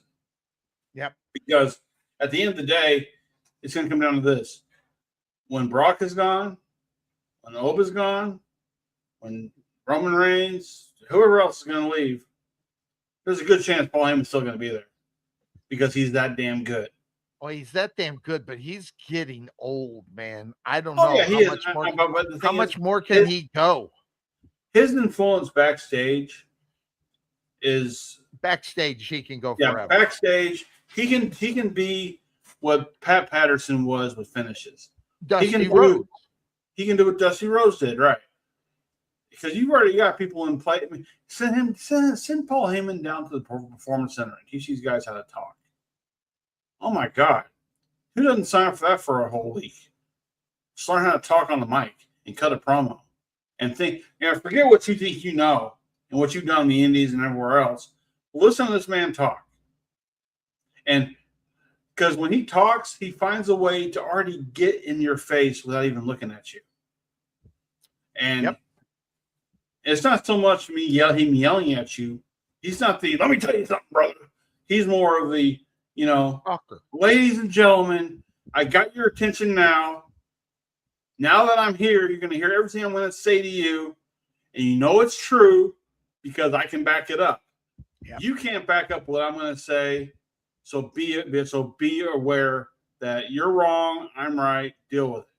That's kind of the personality he already has when he's doing the promo. And that's what I love about his personality. Oh, yeah. Now, personally, another guy personally, I know he's done some shitty things backstage with the ECW and everybody else, but you know what? Everybody learns. That was survival mode. If you're going to survive in this business, you learn to adapt and overcome and do everything else. Some of these guys get stuck in that hole. I got fucked with, so I don't know. I'm just going to be stuck here no matter what. And that's true. To a certain extent on who you are. But here's the thing. Heyman's got the ear of all the writers. He's got the ear of Triple H. He's got the ear of Bruce Pritchard. Those are some pretty powerful people there in that company right now. They're the guys you go to on that. Okay? So, and unlike Vince McMahon, those guys are willing to listen. Say what you want to about Vince. Vince was his way or the highway. Convince him that your idea might be okay, but here's how we're going to do it. That was the difference. To where I'm going to make it seem like it's my idea. Yep. That was the difference. Yeah. And that's why guys like CM Punk and Roman Reigns can go out there and cut the promos they're cutting currently. Right. And it looks so good and so genuine and so legit because is there real beef with this? I mean, I don't think there is. I think everybody is working their emotions to make the match better. And I think Jay turns on Roman. I think Jay is the third person in this entire thing. Because he is off the rails right now. Jey Uso, I always thought was a bad push in the first place. Yeah. Which saddens me that has not gotten better when they tried to do it 5 years ago. But here's the thing: he needs this. Oh yeah. He needs a pure break from the Romans, from the CM Punks, and go flat out heel. He's done the eat thing. The eat thing got over big time. Now what happened? This is like Hulk Hogan telling the crowd, hey, I did this for the money. The hell with the red and yellow. This is NWO, me turn against you people. This is what he needs to do. No more eating, no more whatever. Just him being off the rails, being a thorn in the champion's side. Because where he was last year, and him holding the belt and that overwhelming him a little bit, now he's been able to calm down a little bit, kind of regain his focus in my mind. Now he's playing really well on TV to where I believe he's nuts. He's got that Roddy Piper nut factor that I like. Yeah. And I think that's where this will come. Will he be champion again? Probably not. But I think they're kind of trying to set that up with the way the Roman's kind of talking about being kind of solo more so than having the quote unquote bloodline going on. Right, but the thing is that Jay's gonna step out from all of that. even from his Well, brother. I thought they were going to do that, but they made it more baby face when he was going up against Roman Right. back in the day. But here's the thing: Roman's not a baby face. He's not a heel. But if you turn against Roman, you're a heel. Yeah. If you turn against CM Punk, you're a heel. He's got to turn against both of them. And I think a clear break from that, they'll lose the tag titles here on Monday at Madison Square Garden to Logan Paul and Austin Theory. And then once that happens, that's going to give him enough incentive because now he won't be on WrestleMania's card. Right. So for him to show up there and be a thorn in the main event of WrestleMania on night 2, that's huge. And that's where I think they need to go with that. Because It'll be interesting to see how that rolls. Because think of where he was last year. First match, night 2, won the world title. And he was supposed to be in the quote unquote main event in reality on that, and that didn't happen either. Well, it became the first match of the show. So I mean, it was like, you know, come on, you know the difference between the first match and the main event. I do, but the thing is, they started the event off hot, and it came off really hot. Well, I'll say that you're right about that, but yeah, more so than what it goes for or what it was supposed to represent. But at the same time, he was having a hard time at that time. If you believe everything, so that they had to figure out how to make him hot, and that's why they had to make it the first match of the second night. Yeah, because it just made a lot of sense. And the thing is, start the show up. Oh my God, we had a world title to change hands. Well, it's because remember the main event at WrestleMania night 1 was not a title match. Right. It was Roman, Seth, and Punk. So right. So now that you're going to go on, you're going to finish the night off with Cody and Cena. You know, why not start off? We're going to give you a champion you like now, because we're going to take the belt off Cody and give the Cena for his 17th run. So be prepared. And who thought we'd seen 2 world titles change hands in one night? What's up with Gunther? I think they're holding him back right now for. I think they are too, but for good reasons. I don't. I mean, I think he's going to have a match with Rey Mysterio at Mania. It will be Mysterio's last thing, his last match. He's hurt. Well, they might not. Well, yeah, depending on what. But I heard he was hurt, and. Then they were going to have that retirement in AAA. At least that's what the rumor was. But here's the thing: if you don't have Gunther on the show at Mania, you currently don't have LA Knight there either. By the way, LA Knight's earned his right to be on Mania, but he's not on there. But does that tell you something about his contract, though? Of what I've been hearing, I've heard it's coming up here soon, and he may not resign, but. The thing is, though, is that I mean, he's earned the right to at least have. But if he's not going to be on there, will that change the perception of the card? They're still going to have a good show both nights. It's just a matter of the toxic wrestling fan will sit there and go, why did Jelly Roll get a match and not Gunther? Hey, I get what you're, and that's a valid question, by the way, based upon what Jelly Roll is to the WWE compared to who Gunther is to the WWE. Right. I get that. And to me as a fan, that makes perfect sense. Mainly pardon me, I don't give a shit about Jelly Roll. I don't want to watch him wrestle. I'd much rather see LA Knight. I'd much rather see Gunther. I'd much rather see both of them go head to head or something. And junk out Jelly Roll going against some no-namer, no offense, coming out of NXT. But nor for him to not be a no-namer, take out somebody. Guys, I will whip your ass. I'm tired of it. Stop. You only got 20 minutes. Yeah, just hold off, all right? The 20 minutes until I keep it for overtime. So, no, but I mean, the thing is, whatever they do, right? WrestleMania night 1, night 2, they got plenty of time to figure out what they're going to do with what, right? And they're going to have 6 or 7 matches each show. They're not going to do like 27 matches in one night like AEW does. So, they're definitely going to figure out a place for almost everybody, okay? And for those who don't, Like if Jey Uso doesn't have a match, watch him interfere in the main event. If Umba Fimby and Brock Lesnar, once they get done with their thing, I can see Gunther come out there and destroy Lesnar after that. Just to build him for SummerSlam. Give him 3 months off. Let him get his shit together. Then all of a sudden the buzz is, oh my God, Gunther and Brock Lesnar. When's that going to happen? Well, probably WrestleMania because it'll take place in Minnesota. Well, that makes sense because that's where Brock lives. So that could happen. There's so, I mean, I love and the fact they're leaving Bailey off for another year is killing me. I mean, I don't know. Did Bailey piss somebody off? I mean, Jesus. I don't mean I mean there's talk that Sasha Banks might come back. Hope not. But there's talk that she might come back. If she comes back, she might come back with Bailey. But honestly, I mean, I love Bailey as a performer, but if she's not on WrestleMania, I'm not exactly all pissed about it. Well, I'm mad because I like her. Because she is. You want to talk about a professional? That girl's a professional. Right. But how many women matches do you need to have at WrestleMania? But that's another thing. It just depends on that. Because again, I remember there was a time when a woman match was rare. Right. And now you're putting two or three on a show. Yep.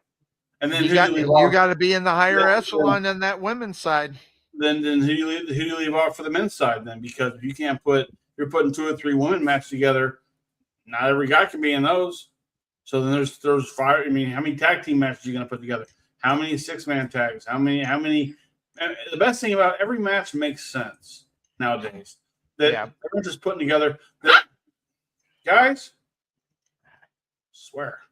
No, I mean it isn't like that they're. Stop it. Sorry, I'm being distracted. It isn't like that back when we worked at SOAR. Who all showed up today? Okay, we'll put him in a tag match. Yeah. Who else showed up today? Okay, well he didn't show up. We'll make that just a regular match. It isn't like that nowadays. So well, he's not on that level anyway. No, but he used to be though. You remember the Andre the Giant Battle Royal? Mm-hmm.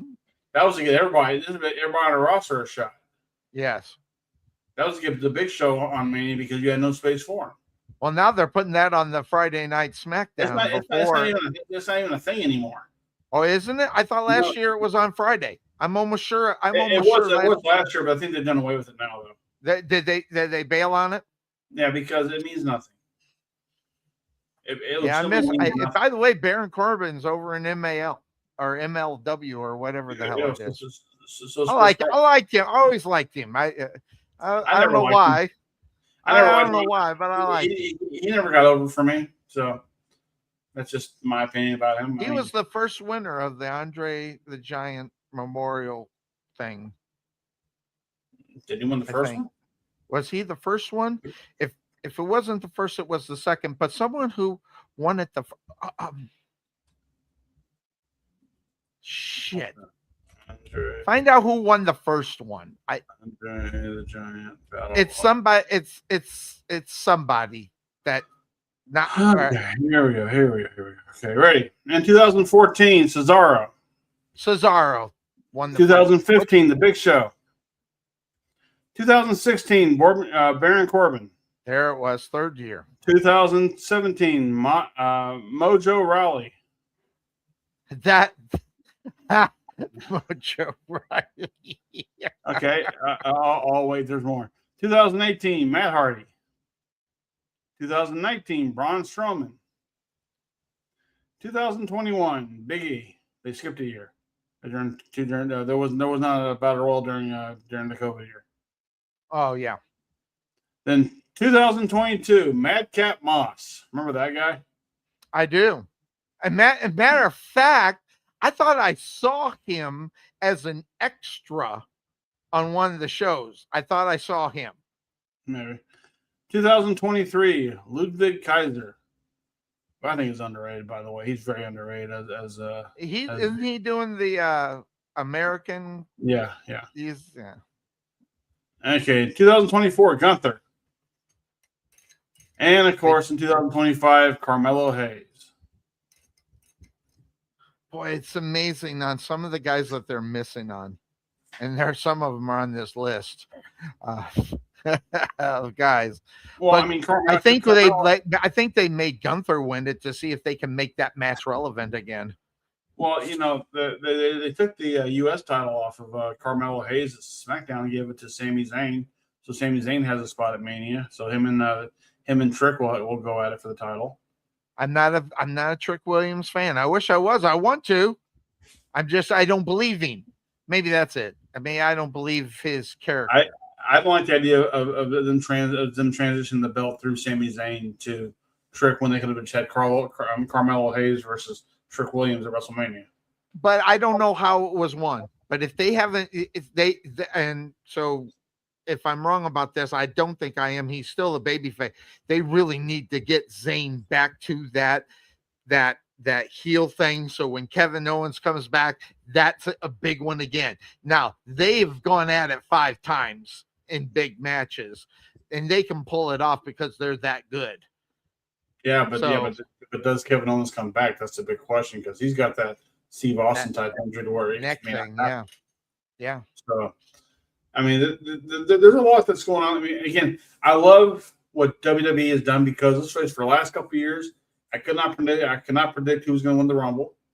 Mm-hmm. I could not predict the main events of the Manias. I've been utterly surprised by what I've seen in a good way. I've seen more good than bad. Let's just say that. For my liking. I know there's other toxic people out there who go, no, man, it's not good enough for me. Well, fuck you.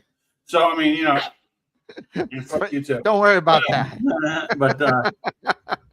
No, I really do think that that the company itself is doing really well. I agree with Maven in some sense because of the lack of house shows. These guys' bodies aren't seasoned enough for all these big time injuries that are coming across nowadays because they're happening more frequently because of the lack of ring rust. Yeah, that they're having. I agree. So with is that what Maven says? I kind of like his show. I haven't watched it in a while. That's what he said, but at the same time, it's a double-edged sword. Do you want to have these guys go out there full throttle for house shows that don't matter, and then risk getting injured to where you're not even a part of the show no matter what, or they get hurt when a show where it matters? Well, that just all depends on where that's happening because there have been many house shows over at Madison Square Garden. And that have been meaningful. Matter of fact, the one that comes to mind is that's where Seth Rollins got his first knee injury was at Madison Square Garden at a house show. So, I think that just all depends on where that house show is. I mean, at the end of the day, these guys are able to go home, be with their family, rest up, and actually, I mean, the business and it's encouraged. Huh? It's encouraged more so back in Vince's day. What do you mean you're going home? Right. I mean, and the thing is, and a lot of times those going home things are like, look, I'll spend like a day in Chicago going home to my wife, but then I got to go here for this. I got to go there for this. But at the same time, I'm relatively home. I'm relatively resting my body. I'm not being jet lagged. I'm not being, being tortured by the schedule. And at the same time, it's like, these guys are prolonging their careers. Now, the downfall of that is they're getting hurt a lot, and they're getting hurt where it really matters. And now that prolonged career is not really mattering. Well, that's kind of like the same thing in baseball where they're only pitching 5 innings and they're wanting to know why they're getting hurt all the time instead of going that 7 or 8 one. The guys who used to do it never got hurt. It's amazing how Tommy John surgery has made the 5 inning pitcher think 5 innings is way too much. Yeah. And whereas Nolan Ryan and Roger Clemens look at that and go, suckers. Yeah, wusses. I mean, geez. Ryan pitched 13 or 14 innings he pitched, and they wanted to take him out, and he said, just go back into the dugout. I'll finish this up. Sooner or later, someone will get a run, but I'm fine. I mean, when you have a pitcher that can sit there and go, rest the bullpen. I got this. This is on me. Yeah. If I go for a run, but this is on me.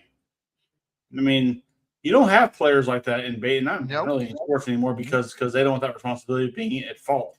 Well, exactly. Exactly. And whereas I think, players back in the day, bear with me as I'm leaning forward. You're trying to get my dog out of the way. Stop it. But players who would take that kind of burden on their own shoulders and go, it's on me. I got this, bro. And then go out there and either do it or not do it. But either way, the manager's going to go, that was his call. But you know what? I stuck with him because I know what kind of player he is. Those days are gone. Oh, God, they're gone. Oh my no, God, they're all analytics. You're out after, how many, so many. Moneyball has ruined. Moneyball has ruined baseball. So I mean, listen, and when your ERA is 5 or in between 4 and 5, and they think you're a good pitcher, that to me is just, and they make them, and they make so much money. They don't call you a good pitcher; they call you a quality pitcher. Oh, that's what it is. Yeah. Wow. How about they just suck? I know everybody hates that, but man, if you can't go, and I know it'll never happen, but pitchers, if they don't go 7 innings, I don't want to hear about how great they are. Unless you're a reliever and that's your job. I get it. But if you're a starting pitcher and you can't consistently go seven innings, I don't want to hear about how great they are, because they're not. Listen, every pitching rotation should have 5 starters. All 5 can go 7. That gives you time to rest your bullpen, so they have a guy coming from the 7th and 8th, and your closer comes in the 9th. Well, that just depends on how many on the roster are considered "quote unquote" middle relievers, because that's where a lot of them have to come in. By the way, before we get going, we got 10 minutes left. Before we get going, did you check out any of the UFL yesterday? Nope, didn't take 2 seconds. I'm zero interested. Well, I put on the Birmingham Louisville game. Okay. By the way, UFL grew 3 different teams on this past year. Did you read the new UFL rules that are put forward? I hold on a second. I think I got something about that right here. Hold on. Yeah, I put that in our group chat. No, well, no, I don't think I might have missed yours. I ran across. Where is it? What did I call it? I thought it was something rules. Where is it? I got it. Anyway, go ahead. I'll find it while you do it. I know this pisses off the old school football person in you, because you still don't like the kickoff rule, and that's fine. Whatever. I mean, I'm not. I know you, but these are kind of interesting. Here, give me a second. I got it right here. The 4. I have it too. I just didn't evidently put it in the room. Okay. Well, can I read it then? Send it to me. Yeah, read it. Okay. The 4-point field goal. Any successful field goal from 60 yards or more will now be worth 4 points, incentivizing long-range kicking and adding excitement for scoring opportunities. I get that. 1 foot in bounds for catches. It's kind of how it is in college. Elimination of the tush push, so you can't do that anymore. Well, wait, but that's not going to. By the way, that is not going to be talked about in the thing. This is what I found. So I don't know. Is that the same one as yours? Well, no. You got the one for the NFL. This is the UFL. Okay. UFL. Yeah. Okay. All right. So anyway, let me finish. No punting inside the 50-yard line. Teams are prohibited from punting once they cross the opponent's 50-yard line, except after 2-minute warning or of either half. This encourages aggressive offensive play and scoring attempts.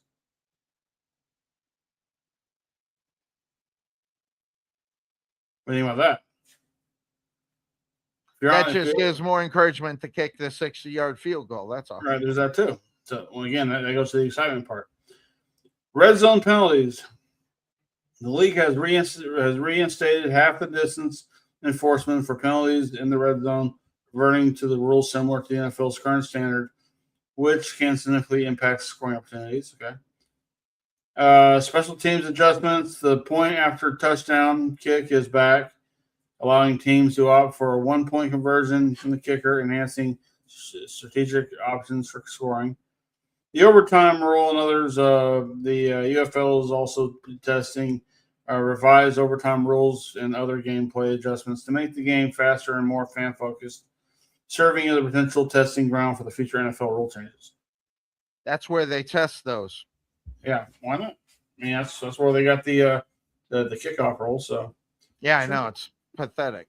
Yeah, but it didn't hurt the game any. I mean, visually, it doesn't look like a real kickoff, but I mean, yeah, it doesn't really hurt the game. I mean, they could just do away with kickoffs altogether, and whoever wins the toss gets the ball on the 35-yard line. Well, interesting that you say it that way, because I'll tell you one of the beefs I have now, and I know this is stupid, but I'm old school. They don't even tip the ball off in basketball except at the beginning of the game. They don't do it at halftime. They don't even have jump balls. They have possession. It used to be like when two guys got a hold of the ball, it was a jump ball. Now they got a possession arrow. I don't understand why they got to change this the general portions of the rules. I don't understand the need to change the rules just to change the rules. It doesn't make any sense. Well, do you remember the old XFL coin toss? It wasn't a coin toss. It was you put the ball at the 50-yard line, and whoever gets to the ball first without getting smashed, and he gets the ball first. That's a little different because that could be an injury that's involved with it. I get that part because that's not even a play. That if the kickoff is a play. That's why the kickoffs need to go back to where it was. You don't need that. Yes, I get it, but you're taking an element of the game that has been part of the game of over 100 fucking years, and they gotta change it because you got a bunch of wusses who can't play the game. Oh, you can't get hit. Well, guess what? You're in a profession where you're gonna get hurt. You take that responsibility. This is part of the game, or don't play it, or have someone else return the game. I think a lot of it had to do with the CTE issues that players were getting from the kickoff, because that was pretty much being a target at that point by the players coming down the field. So what? It's so what for the TV fan, yeah, but what if you're a player and you have to deal with the repercussions? That is the risk that they play. Listen. Okay, all right. I've been working every day of my life since I was 18 years old. These guys have 5 years to do what they do, and I get it. But they've made more money in 1 year than I possibly made in my life. Okay. I don't have, but when you take the fundamentals of a football game out, it's like basketball. I can't stand that they don't jump the damn ball. That one I don't even know why they don't do it. I don't care. They're just not doing it. It pisses me off, and it takes away from the game. Here's another thing. The human element, and I understand everybody wants to get it right. I'm tired of overruling a fastball or a curveball on the outside. They're overruling. Now, I don't know if they took that. They did this in spring training. I don't know if they're doing it now in the regular season where they say, well, that ball was outside, we'll challenge it. And they had challenges up the yang. The human element of the game is being taken out because of technology, and I don't like that part. But you know what though? Well, now it's available that you can bet on sports wherever you're living at nowadays. They should at least get it right.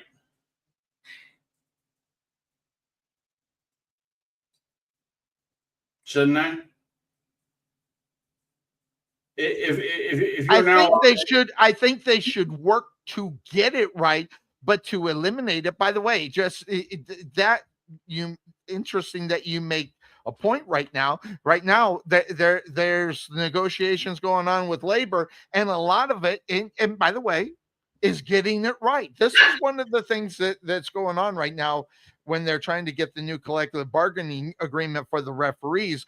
And a lot of it's going to be, you're going to have to get the call right. Now, the difference between the NFL and Major League Baseball, we're talking two different lump sums of money that are coming out. Obviously, more coming from the NFL than it is from baseball. But, yeah, there are going to be mistakes. Yeah, there are going to be some corrupt refs. Okay, it happens. In reality, but if people are betting on that, I know. I And know. now across the United States, not that you have to go to Vegas and do it, you can do it all across the United States through a telephone. I know. Then should they? I mean, because I heard Troyman mention this, like they should at least get it right. Because when you run into the problem you ran into in the championship game, when the guy from the Saints got held back on a pass interference, they didn't call it. You should get it right. For that. And to defend this, I get it. I completely get it. I completely get it. And but I don't know. I just there's just a lot of things about certain things. It's by the way, it's one of the reasons why I don't watch the NBA. They get 9 steps before they get called for traveling. The fundamentals of the sport's not there anymore. If you want to see the fundamentals, you got to go watch women's basketball. And who wants to do that?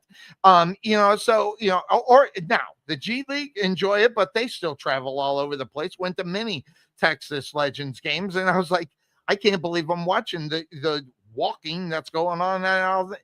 So the fundamentals of the games and how they're getting away from it is one of the now. The NFL, maybe I'm just stuck with it because I really, really like it. But I hate the changes that are going on that take away from the fundamentals of the game. But that's just me. The thing what do I know?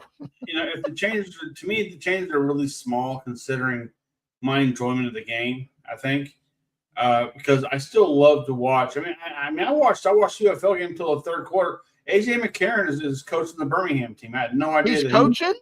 He's coaching now. I thought that was a quarterback that I wish could be a Sam Darnold because I always liked him. Yeah, I found that Chris Redmond is playing for the UFL now. Yeah, I'm like, oh, okay. And by the way, their play-by-play crew, Kurt Menefee, who I think has always been great, and Joe Klatt, Joe Klatt from my college football. Yeah, it's a good lineup. I mean, honestly, that for what this is supposed to be. Right. Kind of the farm system for the NFL. Right. And if you're not going to give me arena football, which I get, that's a whole different dynamic. I know you know it as well as I do. And it's a lot more fun because it's a mixture of hockey and football put into one thing. And it's not real football, but it sure is fun. It's real football if you're in your backyard, and you're guarded by a fence, so. Well, I always ask those that are part of arena fandom and everything, name me 10 players out of indoor football in its history that ended up in the NFL. And they're not, first of all, you're not going to name 10. And if there is 10, I'd be surprised if there are more than 20. I can name one that's in the Hall of Fame, Kurt Warner. Yep. Kurt Warner. Yep. Iowa Barnstormers, which, by the way, when they inducted him into the Hall of Fame, those bastards didn't put the Iowa Barnstormers because it's Pro Football Hall of Fame, and that was considered pro football.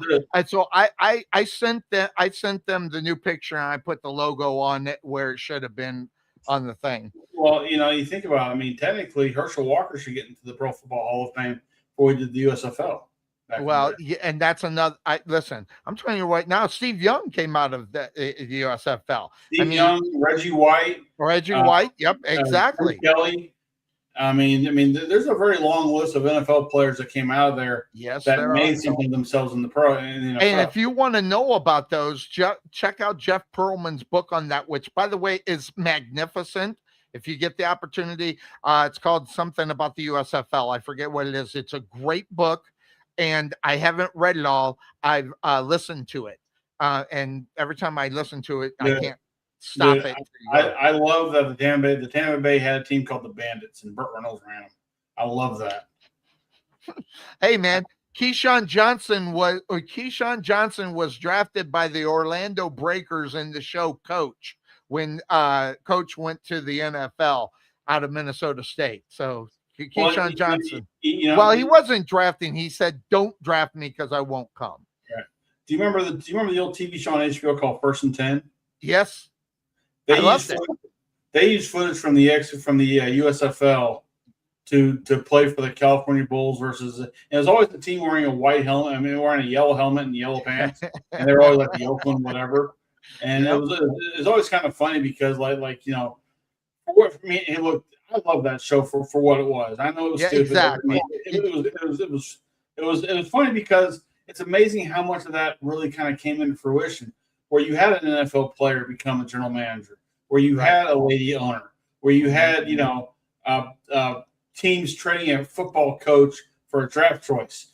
I mean, I don't know if that's really happening or not, but I mean, but clearly now, if a team hires a new coach that just got let go from a certain team, and the team still owes them a contract, they can take up a draft choice on them if they want. Right.